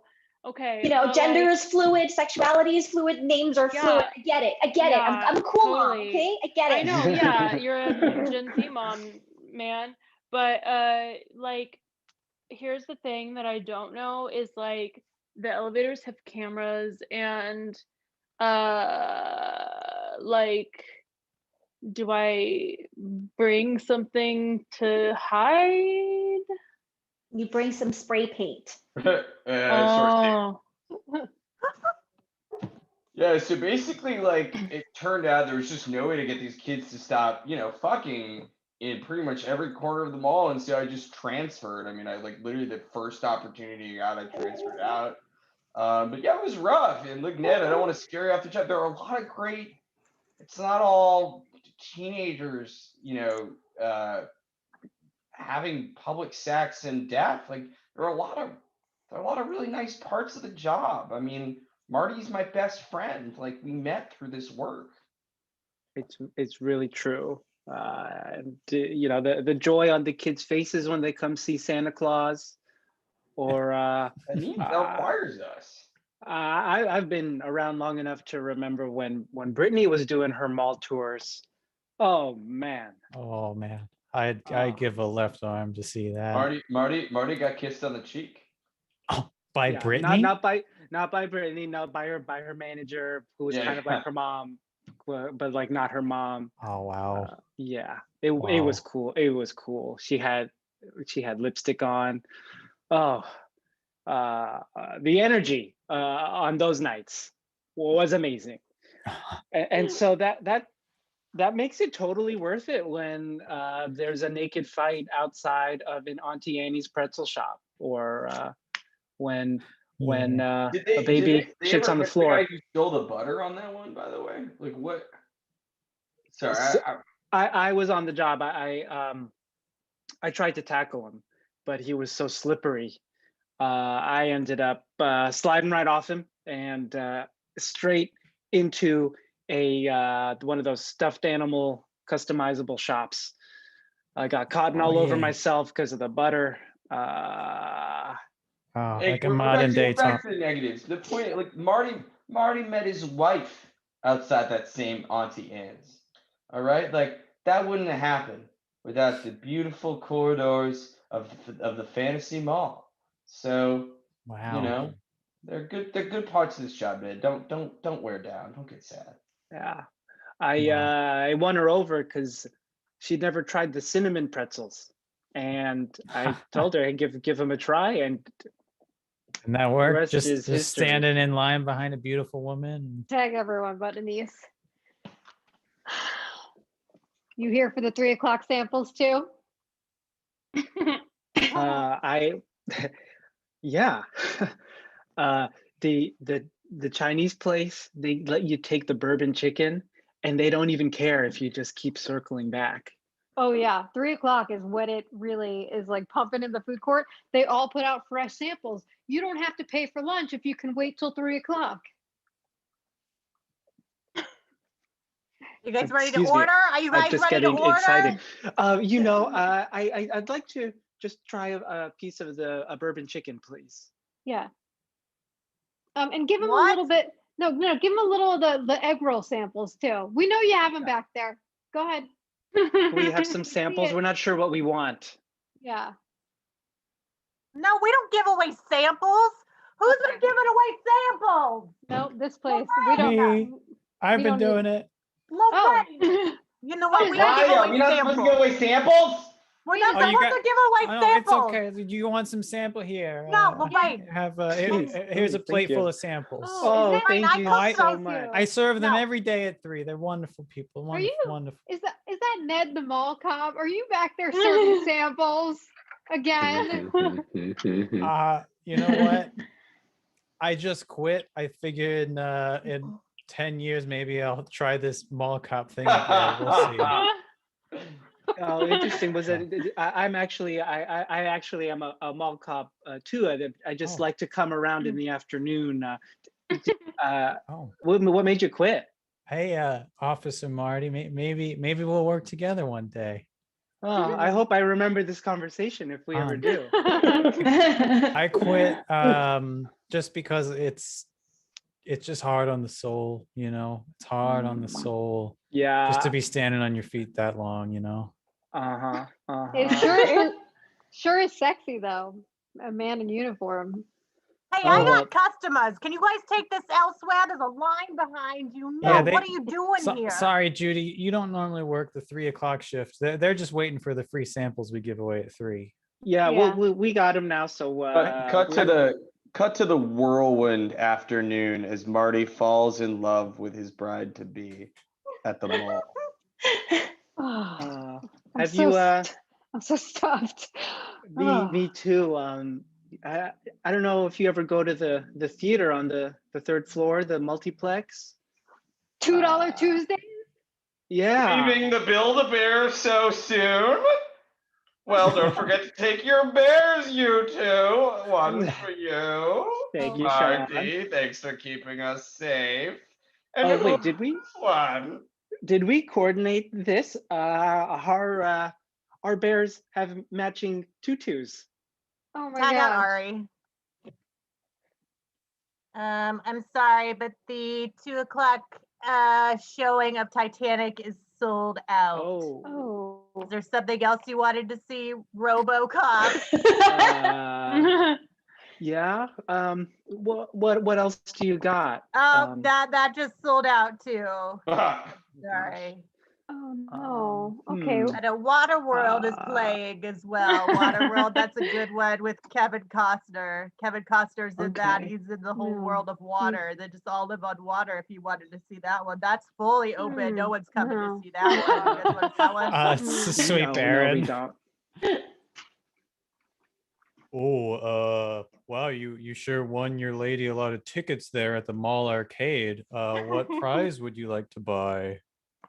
Well, wait, let me guess what you'd like. Okay, you don't Okay. have to do it if you don't like it. Okay. I think the lady would like a giant Blue's Clues teddy bear. Teddy bear. Yes. All right. This is how many tickets do you have?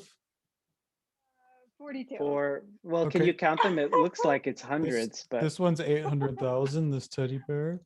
The 50 and under, it's sort of under this glass, so you can get like a friendship bracelet or a pack of Tic Tacs. Okay. I think she'll like the single The pixie stick. single pixie stick. Okay. Yes. That's actually Yes. 45 tickets. And we both like the flavor Strawberry. Yes. Yeah. Wow. Check This is out, really check out Tim. amazing. Check out Tim. Welcome to the Marriage Incorporated Wedding Chapel in the mall. Thank Look, you. you look What a like you're. whirlwind. We're just browsing. We're just looking. No one just browses at the wedding chapel in the mall. I assume you're here to get married. Well, should we do it? I know it's been so magical and crazy. I mean, it's been really. I'm just a little worried. What if we leave the mall and it's not the same? Oh man, I don't even want to think about that. Cut to their home life. 5 months later.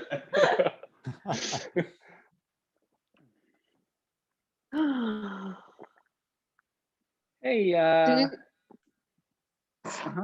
what'd you say? you say something? What did you say something? I just, there's a new Kevin Costner movie that's on TNT, and Yeah. No, I'm just gonna go over it. I'm just gonna. We cut to later that night at a dinner party they're hosting. I hope you guys like pretzel dogs. It's kind of our favorite food. Oh, and that Thanks and for all that coming over. and that Give 'em in the I cheese. see you got that 50% off rotisserie chicken after 4 p.m. Mm-hmm. Yeah, Oh I boy. should have taken the sticker off, but yeah, it's delicious. I just have a wait till you try it. request. I just have a request. I'm sorry. I know last time you hosted and we played charades, it was really uncomfortable for everyone else because you guys were just arguing the whole time. So can we please not play charades tonight? Well, here we actually, Natalie and I have a bet going over whose team is gonna win charades tonight. So we were kind of hoping. Yeah, It just gets we too thought- intense. You guys get so overly competitive. and it's just like Tweet the scene too except for much. Anise and Natalie. Yeah, thanks for coming to my pop-up couples therapy booth at the mall. Thanks. Sorry that it's not more private. I was only able to get like a very small amount of window space here, but happy to help you. Sorry, do you have Auntie Anne's? Yeah, actually, do you want a bite of my dog? No, it's fine. I'm just on a diet. It's just very hard for me to focus on my therapizing without Oh, having. well, maybe just one cinnamon pretzel bite. They are good. Oh, Marty, you devil. but like really, what I'm not understanding is like you tell me your life is so empty and so difficult, but you come here, you both seem jubilant, joyous, so connected. Help me understand this. Just really our problems stem from when we leave the mall. We just Everything's perfect when we're here. It's rooted in place. I see this a lot. I had a couple that could only feel physically connected to one another in one spot of not this mall, but of a different mall. Because it was the first time they'd ever been together. It's called Tag out Ari. Tag out Ari. We're on the drive home from couples counseling. Hey, folks, have you ever wanted to recreate Paul Blart Mall Cop at home? Well, try one of our new segues for the home. This thing can go upstairs, it can go downstairs, it can go in the shower with you. Try it out. Only 10 installments of $79.99. Try it today. Call 888-888-8888. Try it now. I'm gonna call. Yeah, I mean, I'll take money. I'll take money out of my IRA. Let's do it. Back to sourcing. So anyway, ever since we got that segue, it's all been perfect at home. So Oh, can't believe. Look, as your best friend, Marty, I was really worried about you and the missus. Glad you turned it around. Glad that you just needed enough of the mall in your kind of domicile to make it work. Yeah, having it at home, it allows us to kind of transition to segue, if you will, from the mall back to our home life. I will. Drink to that. Oh, mall pun. Thank you. Anyway, Ned, so what did you do before you had this job? You do look familiar to me. Yeah, I was working just through there at the well, it's a Panda Express now, but it was like a knockoff Panda Express when I was working there. It was Red Panda. Yeah.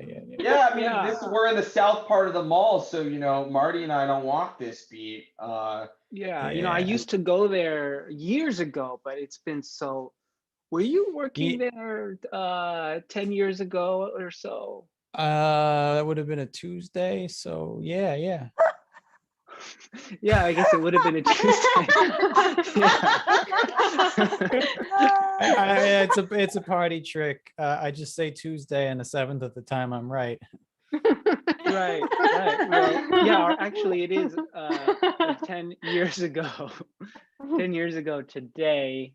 It's our 10-year anniversary of Marty's meeting. anniversary, so I mean, he does remember. Yeah, we actually got married that day. Oh, no kidding. Yeah, wild. We actually met at that old Chinese shop. Oh, you're kidding me. Right near You're it. pulling my leg. No, right nearby. The Auntie Anne's was right across from there, and there was. Yeah, there was. That's cut, sweep, tag, Anison, Ari. Wow. Welcome. This is your final question for the $1 million prize. And don't forget, you're on national television. The Declaration of Independence was signed on. You know the year.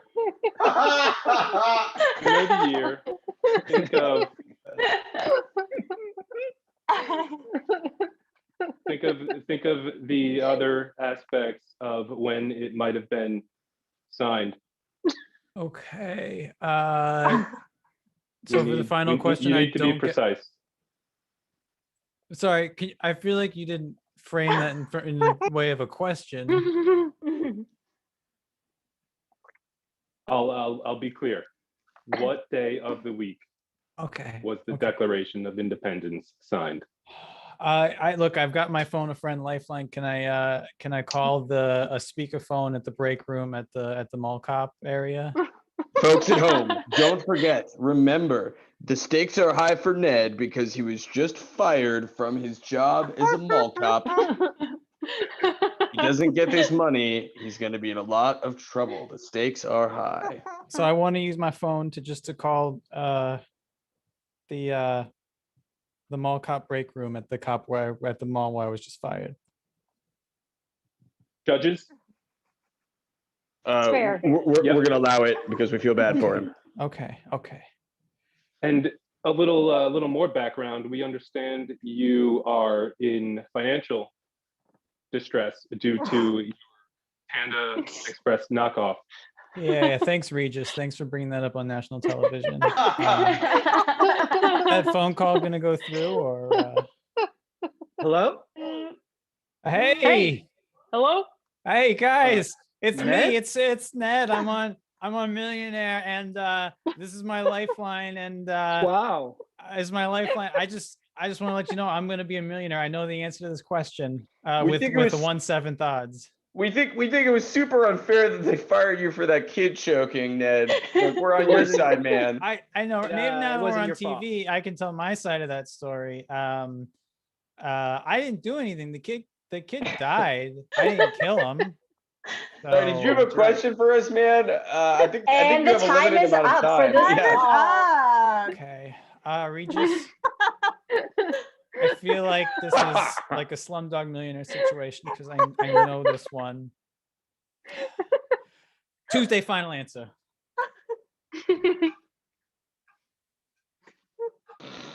That's right. Congratulations. That's our show. Nappy time for cookie is next. Thanks, everyone. Farewell. Bye. Bye.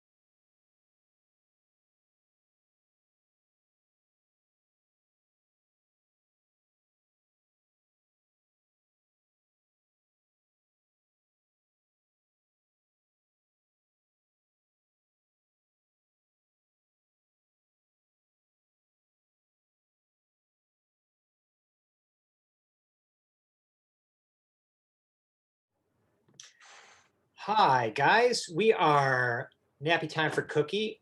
First things first, we're going to ask you tonight for the suggestion of a non-geographical location. That's going to be what's going to get us started. So if you could think of that, please feel free to shout it out in the chat.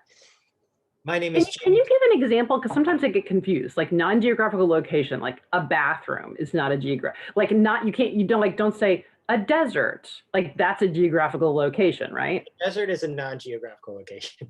The Sahara Desert would be a geographical location. I think I've never understood that. That's I think it's just not a proper name. So not Paris. Okay. Or not McDonald's, but a fast food restaurant or right. a downtown square. So not a proper name. Okay. I think that's, you wouldn't find it listed on a map. Anyway, that's what that means. How do you improvise? No, I'm just kidding. That's my lovely wife, Mandy Schmieder. And that's my lovely husband, Jamie Cummings. We have 2 children as well, but this is the most we get to talk. So we're very excited to be able to talk to each other in front of you for some time. Did you see the suggestion? It is Plane Hanger. Thank you, Plane Hanger. And yes, before we get started, please donate to Black Lives Matter and the Magnet Theater. There should be links towards the bottom there. So please, if you have some extra cash, donate to those worthy causes. And I think that's about it. You ready to begin? Okay. Plane Hanger. Gerard, wait. Monique, I can't. I must leave now. The refugees are waiting. No, I just ran here all the way from Paris in these high-heeled shoes, and I couldn't let a good thing go, over Gerard. 12 kilometers. I couldn't let a good thing go. I ran for my life. I just think I'm making a mistake letting you go, Gerard, to that island. I can't let you go. I love you. I love you. Did you hear me? I love you. I heard you. And I heard you when you said it to your husband as I stood outside your window. In my book, you can only love one man at a time. I just told him that, Gerard. I was lying to him. I'm being honest with you. I wish I could believe you. If only there was some sign from the heavens would let me know that you were being honest with me. Did you feel that windstorm? There's a wind. I don't know whether it's my hat almost flew off, my beret almost flew off onto the runway. Did it? I didn't feel it. I did. It's so windy. I could barely keep my clothes on. Oh my goodness. It must be a sign, Gerard. It must be a sign from... There's zero chance of wind in the forecast today. Perhaps that is a sign. Please don't get off those steps and come down and kiss me. Don't you understand? It's not about just me and you. It's about these shipwreckees on this island. They can swim to shore for all I care. You are destined to be with me. Me, Marguerite, the woman who seduced you when you were her professor at the University of Cologne. I was just an art student, but I guess I let my passions overwhelm me when we had that nude drawing class specifically. Do you remember that day? It's unusual for the teacher to pose nude in front of the class. I admit my ways are unorthodox. And I couldn't help but seduce you, and I was ashamed and I was embarrassed, and I fell in love with you and your form. And I'd never drawn such a beautiful chalk drawing with the most perfect negative and positive space, and mostly positive space. I was overcome, and you were there. You remember when the wind, it's picking up again. Again, I'm not feeling the wind. It's just the moon and the clouds and this moment was meant to be, Gerard. It was meant to be. Maybe it is the moon. Maybe it is the cloud. Maybe it is the intoxicating power of knowing I hold 12 lives in my hand, but I am drawn to you, Martinique. Gerard, I cannot deny that. I know. Please come down off those stairs. Please come down off those stairs and kiss me. I just want you to acknowledge the wordplay that I used, drawn to you.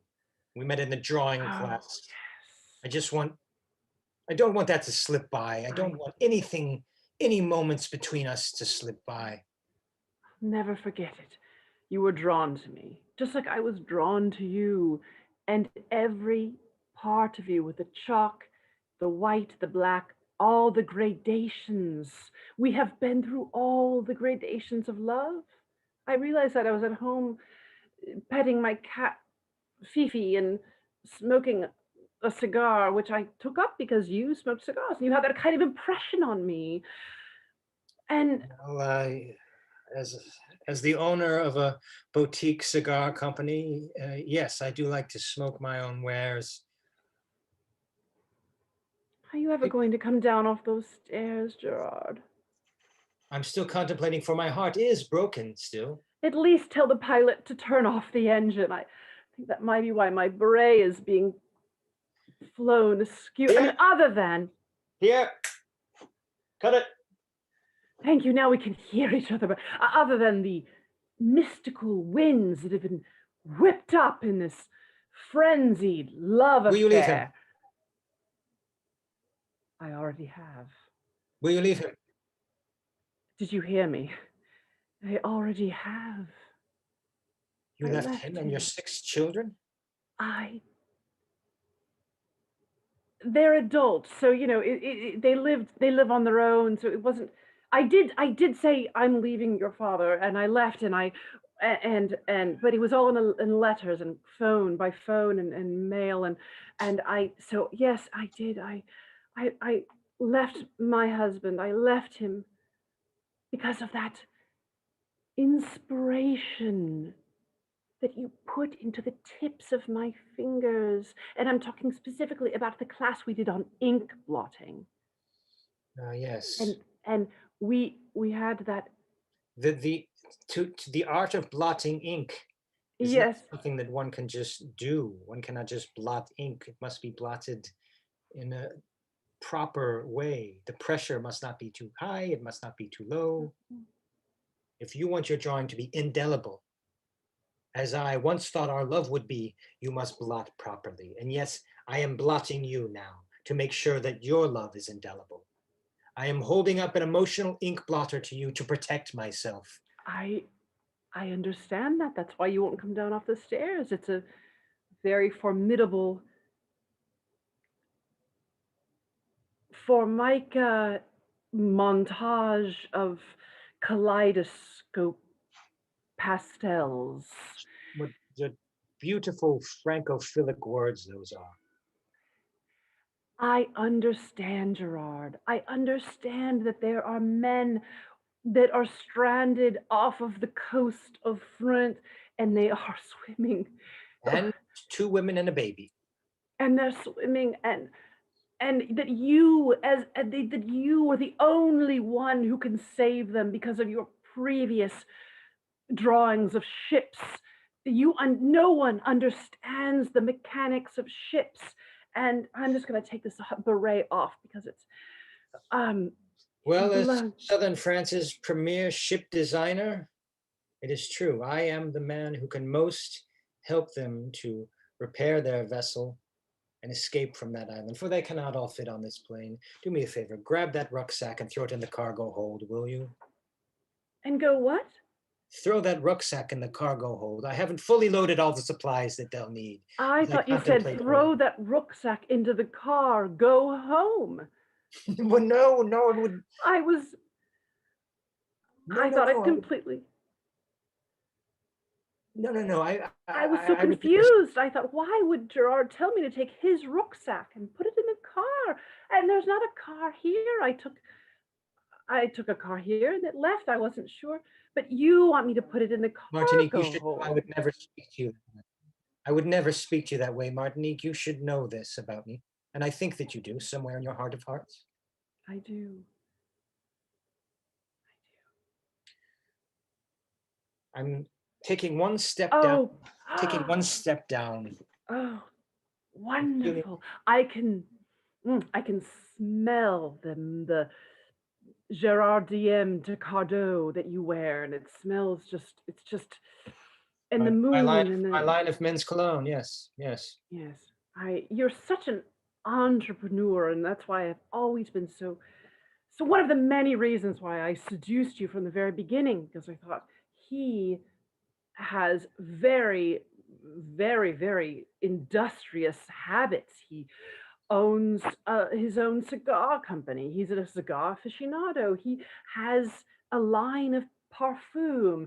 He designs ships and is sometimes called upon to rescue those who have fallen from them. Please. Off of the coast of France. All of that aside, what drew me to you is that you saw through all that and saw underneath that I am just a frail and scared, lonely little boy underneath all my accomplishments.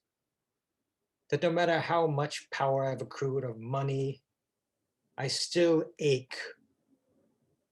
There's still a hole in my heart that needs to be filled by someone. And I'm going to take another step off the stairs now, down one more step. And keep in mind, every step I take towards you is a step I take away from saving those poor lives on that island.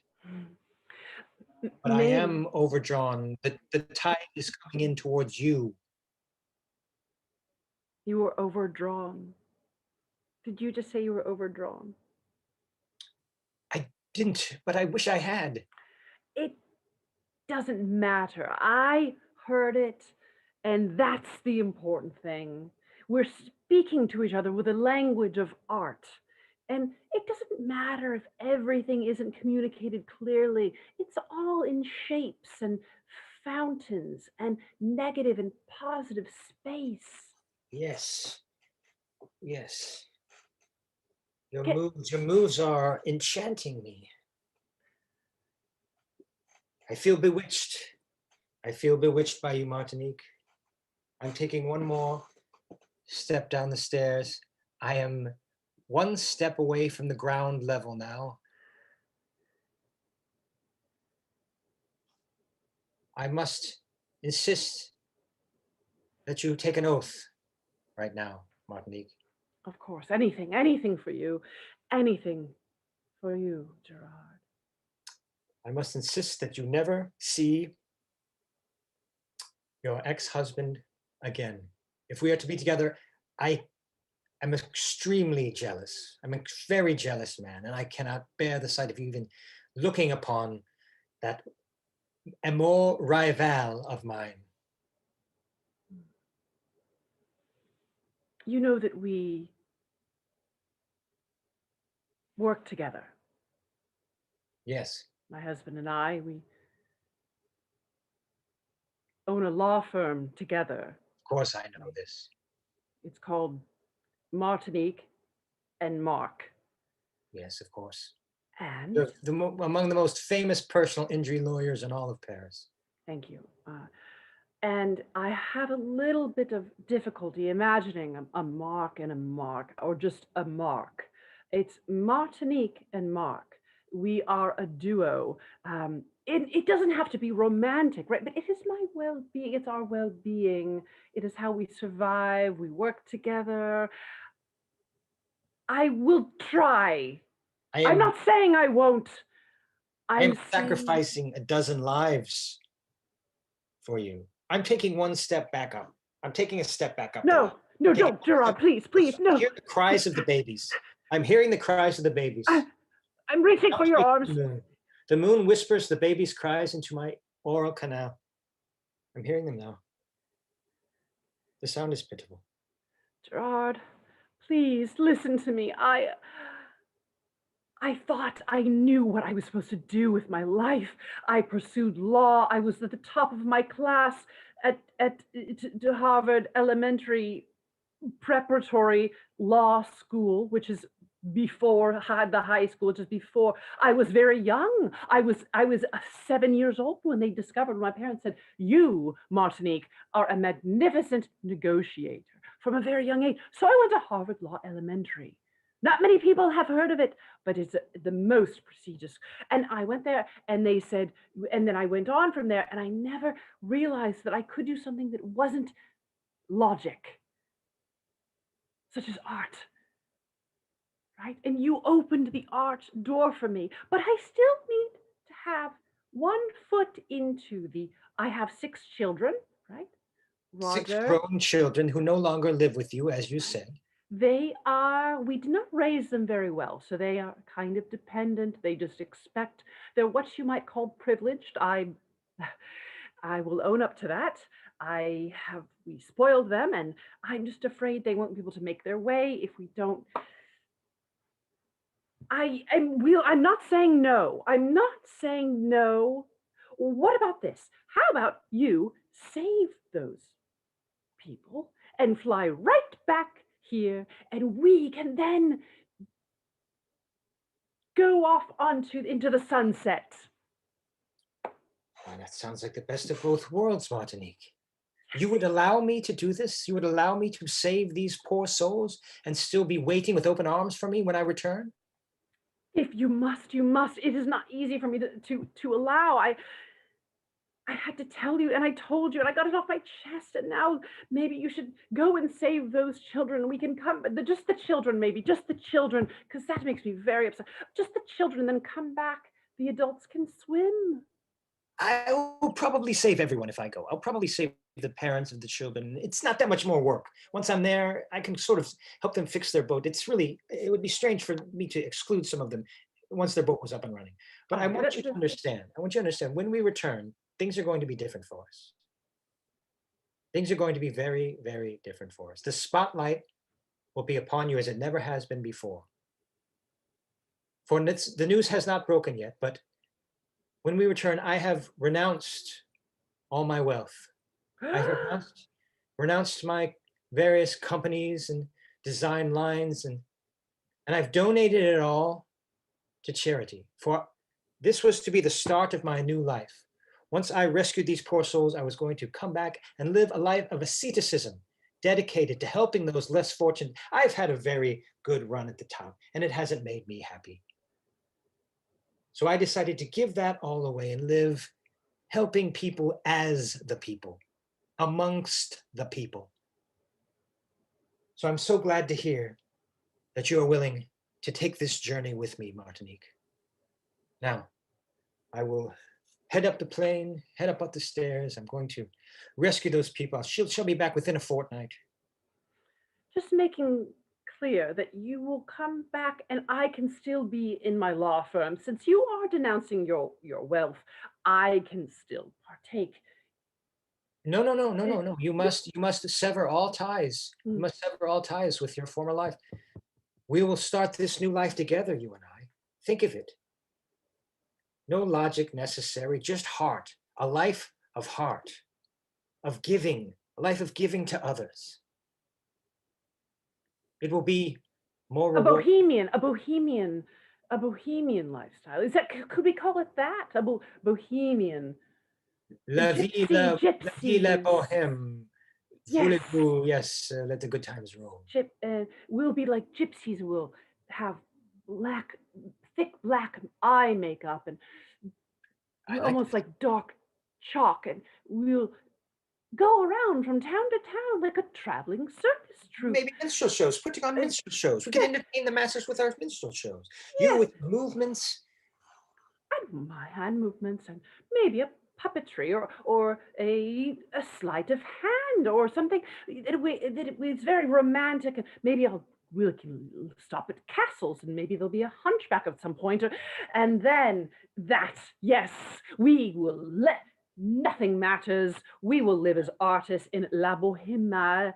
We'll go from town to town, fashioning puppets out of the vegetables we find in the farmer's market that day. And we will live like paupers and wear fringe, only fringe. I'm taking 2 steps now down towards you, Martinique. For I feel our souls are getting closer. Enjoy the smell, because I will no longer be wearing Gerard Depardieu. My favorite of all of your scents, Gerard Depardieu. No, you will come back feeling fresh like salt water, and you'll be rich. You'll be wearing maybe a wife beater but it doesn't matter. What matters is that we'll be together, and we will travel, and it doesn't matter that you will be denouncing your wealth. I don't need wealth. I need you. I need love. The love I never had in my life, through 6 children, through apartments, through talking to attorneys, talking to judges. Stepping down onto the ground now, Martinique. I can reach you. Into Kiss your me. embrace. Into your embrace. Kiss me. Hold me.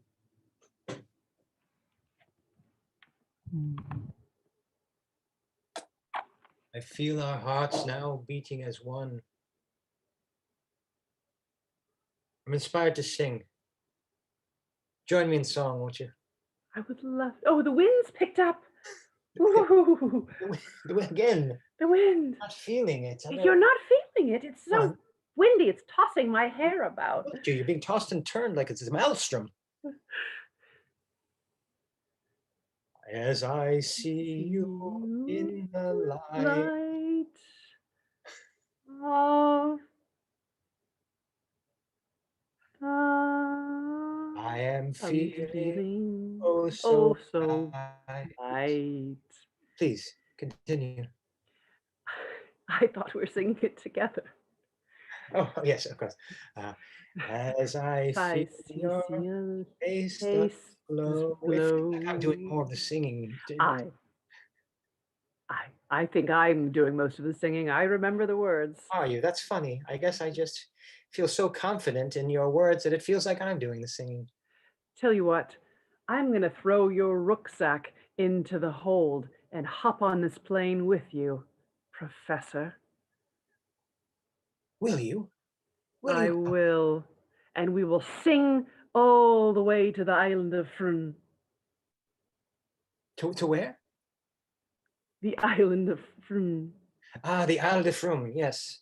Come, take my hand. As we ascend the stairs, look into my eyes and know that this will be a dangerous trip, but that I will always be holding you in my hand. Can I draw you naked on this journey? Won't you? This is the beginning of a long and beautiful love. Thank you. That's our show. It's a love story. I was trying to remember the last line of Casablanca. That's a little inside story. Yeah, nobody knows about that. Thanks, guys. Thank you for watching. Yes, thank you for watching. And we're here the third Thursday of every month. So please join us in March. Say hi to our cat. Bye, everybody. Improv Brunch is next. So please stick around.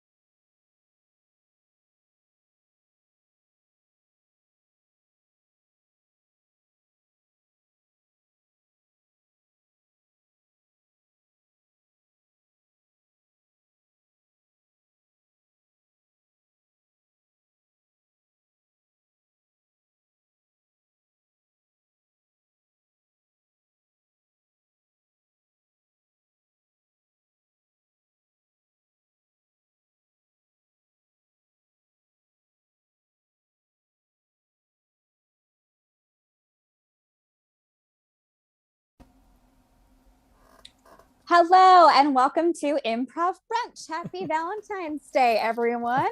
We're happy to be with you today. Taryn and Lexi, another Sunday, another brunch. So we're going to get right to it. We've got our random sentence generator. So Jacob, whenever you're ready. All right, let's see what we've got. It didn't make sense until you had the power to eat colors. Didn't make sense until you had the power to eat colors. Yeah, I vaguely see that through the mist. Cool. All right, so without further ado, we take you to Improv Brunch. Lexi, you did such a great job decorating. I mean, I know I made the wreaths, but like everything else. Once you made the wreaths, though, that was what made it fall into place. Like, I don't know if you noticed, we didn't get any food that didn't match your wreaths. That's true. I mean, it's probably not good for us how much food coloring is in the snacks. And we should probably not eat all of this, but it makes for a beautiful display and just like an amazing Instagram. Yeah, the amount of food that I got, definitely, just so we're clear, this is intended to be more than two people's. Like, I'm not going to be offended if we I didn't take it as like a judgment on like how many snacks I would eat on Valentine's Day. Yeah, because like sometimes you like go to someone's house and they're like, oh, like you barely touched the snacks. I'm going to have too much left over, and they make you feel bad about it. Yeah. And on the flip side, like when you go to someone's house for a party and they have like nothing, and you're like, why did you invite me if you literally just have like a bowl of almonds? Yeah. You know what I mean? Kind of, yeah. It's funny too, because, you know, I mean, we like obviously spend a lot of time together, but when you think about it, and I guess this is maybe just, you know, this is New York, like you don't spend a lot of time like at other people's houses necessarily. Yeah. No, this is nice. Like, It's nice to- we always like go out. Yeah. So it's nice when we get to just entertain each other. I'm very excited to have you here for our, you know, for just this like, yes, it is Valentine's Day. Yes, everything we got is themed and came out of the Valentine's Day section at Michael's. I mean, there was so much to choose from. But this is just like chill. This is just like whatever, Yeah. whatever. Society having a day. It's just nice. Did you invite someone over? No, did you order? You didn't order more food. No, I didn't think I was gonna get. Wait, okay. Hold on.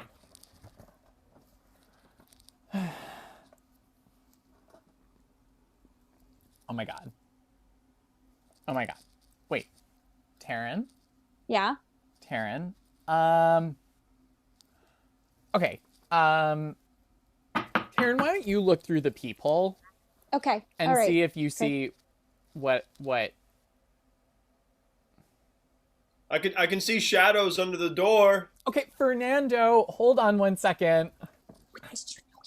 No, I didn't know he was coming. I basically promised you that he wasn't gonna come. No, it's fine. It's fine. It's just a little weird.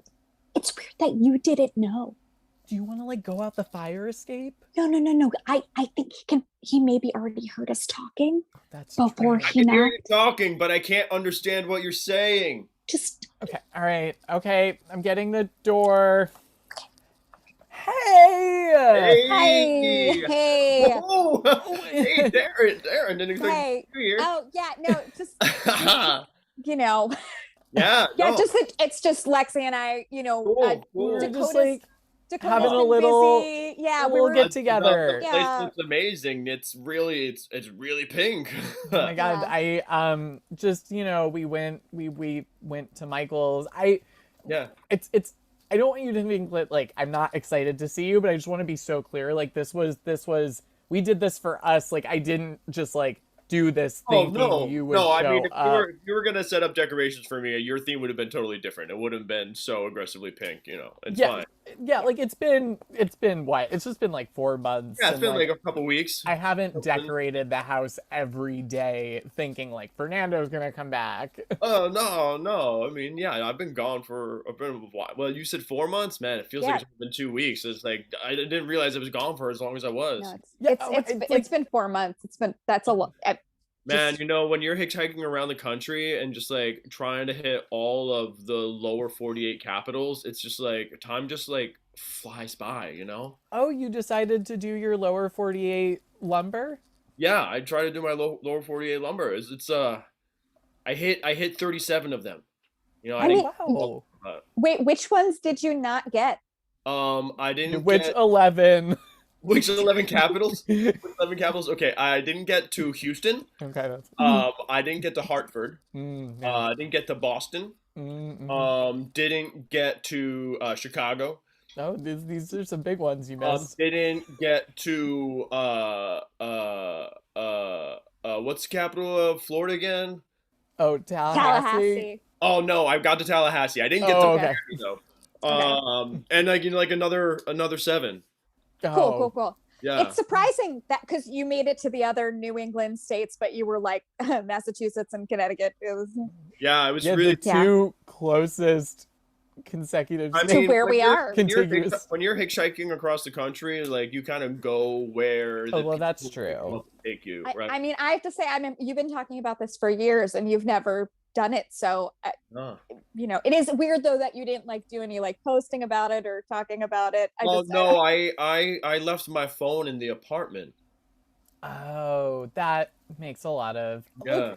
I really. I told you that was going to be a possibility, right? Right. You said that like you've been thinking about it for a while. I just didn't know. Like, look, I I wasn't worried about you. Like and that's not because I don't care. Like I do. I just trust that like you're doing what you are meant to be doing. Oh, Lexi, thank you so much. That means so much to me. Like it's like the faith that we have in each other that I haven't had in past relationships is like what keeps us so like tight and unified. My God, that's like I feel the same way. Sorry, we could we're standing in like the have this doorway. conversation. Like, Taryn, like I feel so bad because like, look, just because Fernando is here, like we're having this party. Like you do not need to go. I mean, I can get out of here if I, No. Stepping on your toes, like it's cool. I get it. I mean, it's fine. We have plenty of snacks. I mean, look at that. I mean, we There can't are eat so them all. many. So They're all yeah. So many cookies on stems. Yeah, I love a cake pop, So Yeah. So some of these are cake pops, but some of them are like cookie pops. They're cookie pops. Whoa. It's like just a thing we decided to try. And then there's also, we tried to do a batch of cake-filled cookie pops, but the texture was off. Oh, So. did you do any cookie-filled cake pops? Well, that's actually in the oven right now. We fingers don't crossed. know if they're gonna work. Okay. Yeah, it's harder because the cookie inside I feel confident about, but the cake on the outside is much. I mean, it's a crumbly thing, so I don't know how much. You've always been so confident about the cookie, but not about the cake. Yeah, it's true. Yeah. I'd say that. So we'll see. Yeah. This is like, I don't want to be that person who's like, oh my God, like I'm gonna analyze our dynamic, but like it's so nice to just stand around. I mean, we can actually like let's all sit down. Can we get out of the doorway? Yeah, we can come into the apartment. Okay, great, thanks. Okay, it's just like it's so nice as a group of adults who have a not simple history to just be adults, sit around together, like all just like be along for this journey. I mean, what adult has a simple life? This isn't the movies. Like we just have to live it moment by moment and just see where the metaphorical random car will take you, right? Oh my God. Sometimes it's not metaphorical. For you, it's literally where will this car take you? Yeah, I completely forgot that I just on that trip. Yeah. So like of the 37 capitals that you did get to, like which one was your favorite? Oklahoma City was pretty cool. Oh wow. Yeah, it was like I've never been somewhere so flat before. Oh my God. Yeah, it's like when you're at the top of a skyscraper and you're like, wow, I can see for miles. That's what it feels like when you're standing on the ground there. Huh. And interesting. It really put myself and like my feelings about myself in perspective. It's like, wow, I really am just a individual in this great plane of life, Wow. It was also like people were really boring there, but like it was really flat. Wow. Cool. Yeah. And we know that you, I mean, because you love a tennis court, being a tennis instructor. So probably, did it feel like one giant green tennis court? It felt, it actually felt like a clay court. Because it was raining. Okay. Oh. All right. Because I had a feeling like that's what you like, psychologically, that's why that's appealing to you, because you're so connected to tennis. Yeah. I love wide open spaces with a possible fence in between things. Huh. Never thought about it that way. Yeah. I mean, it seems pretty obvious to me, but that's. Thanks, Karen, for making that clear. Yeah, no problem. I've always had the more analytical brain of the two of us. So. Yeah, I mean, I'm just a feather in the wind. You never know where you're gonna land, right? Is it? Like, when's the last time that you two even like hung out? The two of us? Yeah. Like you've seen each other since the breakup, right? We broke up. Yeah. Oh yeah. Well, I mean, it's funny that you say a feather in the wind. You thought that Fernando's maybe going to come to the folk festival, but Oh. that did not happen. Yeah. So I mean, I think I was like emotionally prepared for it then, but then it didn't happen. So that's like a sort of warped memory in my brain. Like, did we see you're each other kind of there? like, you may have been there, but Right, but yeah. No, I think it was, oh my God, what is her name? The that party that we went to. It was like it was in the loft, that like ridiculous loft. Is that And we were all Rebecca? there. Is it Rebecca's Law? Oh no. Tiffany? Sandra? No. It was Emily? it was Amilda's loft. It was like Emily, but Amilda. Is this Yeah. Amilda who was like in EMT training, but then realized that the thought of skin was like more that she could handle, and so she quit? No, that's Amilda J. Oh my God. Yeah, no. Amilda, she was the wannabe DJ who sidelined as a veterinarian. Yeah, and I mean, she's not the first wannabe DJ we've known, but she is the first one we've known that like sidelined as a vet, because you had to go to a lot of school to become a vet. So it's it's weird that she would go through all of that and then she be took like, a lot of those what is it called? Those online courses where you can like teach yourself videos. What is that called again? Like certifications? What kind of videos? I forget. No, like it's where you learn art and stuff like that, or writing, or like anything. Like they're just like catalog. Like a master class? Master class. yeah. She was doing DJ master class, like outside of going to Oh, school. did she do that DJ master class with Calvin Harris? Yeah, she did. Mm. Yeah. That seems like a weird. No, I was you just gonna got- say weird way to spend your money, but it's just my personal opinion. Hey, DJ you know. masterclass. Yeah, well, I was just your gonna own. You pursue what you pursue. It's true. I know. What were it's you gonna kind say, of crazy just how many like if I were to think back on the parties that like we've been at in the last year, and I was to say, well, how many of those people have like a name that starts with E and were a wannabe DJ? That's a it's a big lot. number. No, that's it's probably the most common first letter of a name for someone who wants to be a DJ and then isn't that successful in being a DJ. Yeah, like there's Amelia R. Yeah. And then there's all the Evans, ST and E. All the Evans. Yeah. Yeah. There's that guy that went by Exodus, even though that was not his name. It was like John. Yeah, but his he name was was like, John. I'm Exodus. He read the Bible once and then he said that he was religious. Yeah, it was To very be fair though, like what's the better DJ name? It is Exodus, but you're not a good DJ if you're mixing in Christian rock all the time. You know? That's true. So I just mean, I my guess personal Christian opinion. rock has to have DJs too. Is there like a subset of DJs that's like Christian rock or sorry, Christian DJ, like Christian hip hop? Yeah, do you think there's like Christian air horn? What would that be? A Christian air horn. I guess it's like the same as a normal air horn, but like more respectful. It's probably been blessed with some like holy water or something. Yeah. Is it just like a cornet? Yeah, I was gonna say it's just a bugle. Yeah. That's nice. Oh. And then do you think the sound effects like that they hit on the pad are like Jesus Christ? Bow, bow, bow, bow, bow.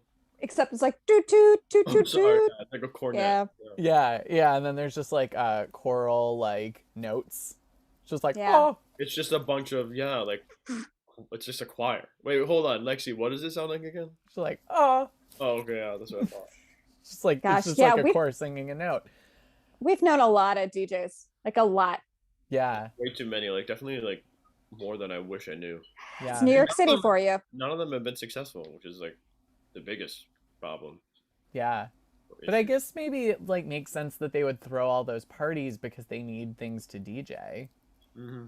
Yeah, and listen, if someone offers to like DJ, if you're gonna have a party and someone offers to DJ for free, you're not really gonna say no to that. So I get it. Yeah. Although I would say no to DJ Exodus for the reasons we just mentioned.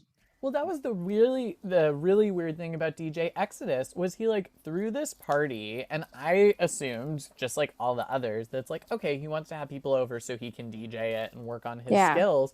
but then he hired a DJ. And it's like, what are you doing? Maybe he didn't believe that his skills were good enough to show to people. Oh no! If you've Oh, already no. changed your name to Exodus, I think you're doing. You have to go pretty all well. in. I mean, Yeah. some people got the title of the book they haven't written yet, right? Oh, that's I guess true. so. That is. See, I work the other way. You know what I mean? I would write the book and then I'd say, what is the best title for this book? But once again, we think a little differently. It's, why I mean, we're not like, still. I didn't intend to go on my capital trip. I just hitchhiked, and then I was like, oh wait, I left my phone at home, and we're going to Albany. Oh, maybe I'll do my trip now. Oh, so you weren't trying to? You didn't like decide consciously. No, it wasn't deliberate. It just kind of happened. That makes sense. Sometimes you just gotta be that plastic bag in the wind, floating wherever it floats, right? Yeah. Have you guys heard the version of that song where it's just the plastic bag line over and over again? No. Yeah. It's just, it's firework, but it's just the plastic bag line. Lexi showed me it years ago. I didn't even know if you remember. Yeah, no, like Fernando, haven't you like never listened to a pop song? That's true. No. I forgot about that. At least not intentionally. I mean, right. I mean, like you hear, yeah. Well, like if I haven't chosen to listen to one, and like when it's on in the background, I usually just zone it out. Yeah. I'm surprised though, like hitchhiking across most of the country, you wouldn't like hear more. No, but I guess maybe you wouldn't even know what was recent, what was a few years old, Yeah. I guess I don't know any pop songs, so if one came up, I wouldn't know that it's a pop song to focus on, so I just didn't. And I slept a lot too. Yeah. Hey, I was just wondering, when did you get back? Did you just come right here? Or have you? Yeah. I mean, I don't mean to like stir the pot. I just am curious because we haven't heard. I mean, Lexi hasn't heard from you. The last car that I was hitchhiking was going through New York City, and I just like we were stopped at a stoplight, and I just like looked, and I was like, oh fuck, this is right where my girlfriend's apartment is, and I got out. Oh, wow! It's like fate just like brought you back here. Yeah. That's 11 capitals early, but like fate. I mean, you could always do those 11 capitals some other time. I mean, you do have a wide. It has to be a one shot. To be all at once. I'm gonna have to go again and hit all 48 again, and maybe 49 if we can get up to Alaska and get up to Anchorage. Yeah. Mm-hmm. I'm not sure how I'm gonna be able to get to Hawaii by car. I mean, you maybe can't. We take like a ferry or a boat. I mean, I don't. From LA to Hawaii, and I'll just stay in the car the whole time. That might. No. They don't have like a car ferry to Hawaii. That's not like a. Well, then how do they get cars to Hawaii? You fly. You take. I mean, they don't have the type of. Cars don't fly. No, I mean it's like a cargo thing. You get it out to, anyway. Oh, so maybe I'll drive onto a cargo boat, and then like the cargo boat will take me over. I mean, you don't ride it like one time I went to Martha's Vineyard and you literally would drive your car onto a ferry and then you like ride the ferry with your car to the island. Hawaii is too far away. I got some buds who work at the international dock in LA, and like they might be able to hook me up with a ferry ride across the Pacific to Hawaii. I was gonna say people on cargo boats tend to be very isolated and very like, and this, I don't mean this in like a manipulative way. Like one time, like I can't really tell you why, but I just like needed to like not be on continental land for a little bit. And tracks. And I just like went down to the docks and I was sort of like, hey, like, do y'all just want, I can bring like, I've got, this was back in the, early 2000s. I was like, I've got an iPod loaded with tunes and I've got like a little speaker, just like want some company. And they were like, yeah, just like come on board. Great guys. Like they, really were just so hospitable. And we took that ship. We were on like a cargo run from Italy to, we went to New York over to Italy, Yeah. and then like up to the UK, and then back over in New York. It was like 3 or 4 months, and really just like some of the best months of my life. That's great. Yeah, I mean, like, I guess you could figure out how to do it. I mean, Lexi has her ways, so between the two of you, I mean, I don't know. It feels a little like suspicious and weird. I wouldn't do it, but you guys, you figure it out. You can get a car to Hawaii, sure, why not? I don't want to be a naysayer, so. You know what I think I want to do after I hit all 50 capitals? Oh, what's next? I think I want to hit all the capitals of all the countries. Wow, there's a in the car. Yeah. Question. How many countries do you think there are? There's like at least 10. Okay, there's a lot. There's a lot. A trip. I mean, do you mean on a certain continent or like all the continents? I mean, how many continents are there? 7. What? There's 7? 7 continents? Mm-hmm. Yeah, how many? Fernando, can you name them? There's America. There's Canada. No. There's South of America. That's close. There's close. It's a close ask. Below South of America. No. And then there's past Hawaii. Like in a very technical sense, that isn't wrong. Yeah. I mean, in a technical sense, it's very wrong. I mean, well, yeah. I mean, was that like just too. like an estimate. I'm not. It's not a specific number. It's fine. I just thought there were some things that like everyone just kind of knew, but it's a crazy world. What is knowing, right? Like you know things, but like, what are those things really? Yeah. I'm gonna do a quick check on those cookie cake pops real quick. I'll be right back. So. Oh, good. Yeah. Smells good. Smells good.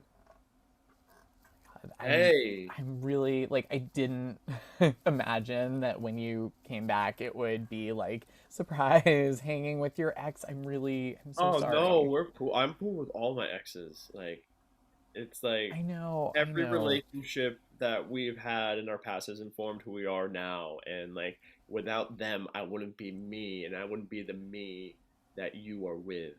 No, and I wouldn't, like, obviously, like, she's such a big part of my life, and I wouldn't be who I am if it weren't for her, but also all of my, exes, yes, like, you're so understanding, and oh my God, I've missed you so much, but I hate to say that because I don't want you to feel like I hold your being away against you, because I know that was so important to you to do. Yeah, no, I didn't feel like you prevented me from doing anything. You've been only but open to my needs, and that's been wonderful. Did you? Hey, so they did not work like at all. The cake just like completely fell off. But I was thinking, I mean, I know that I remember that they had the heart-shaped pan, the silicone pan at Michael's.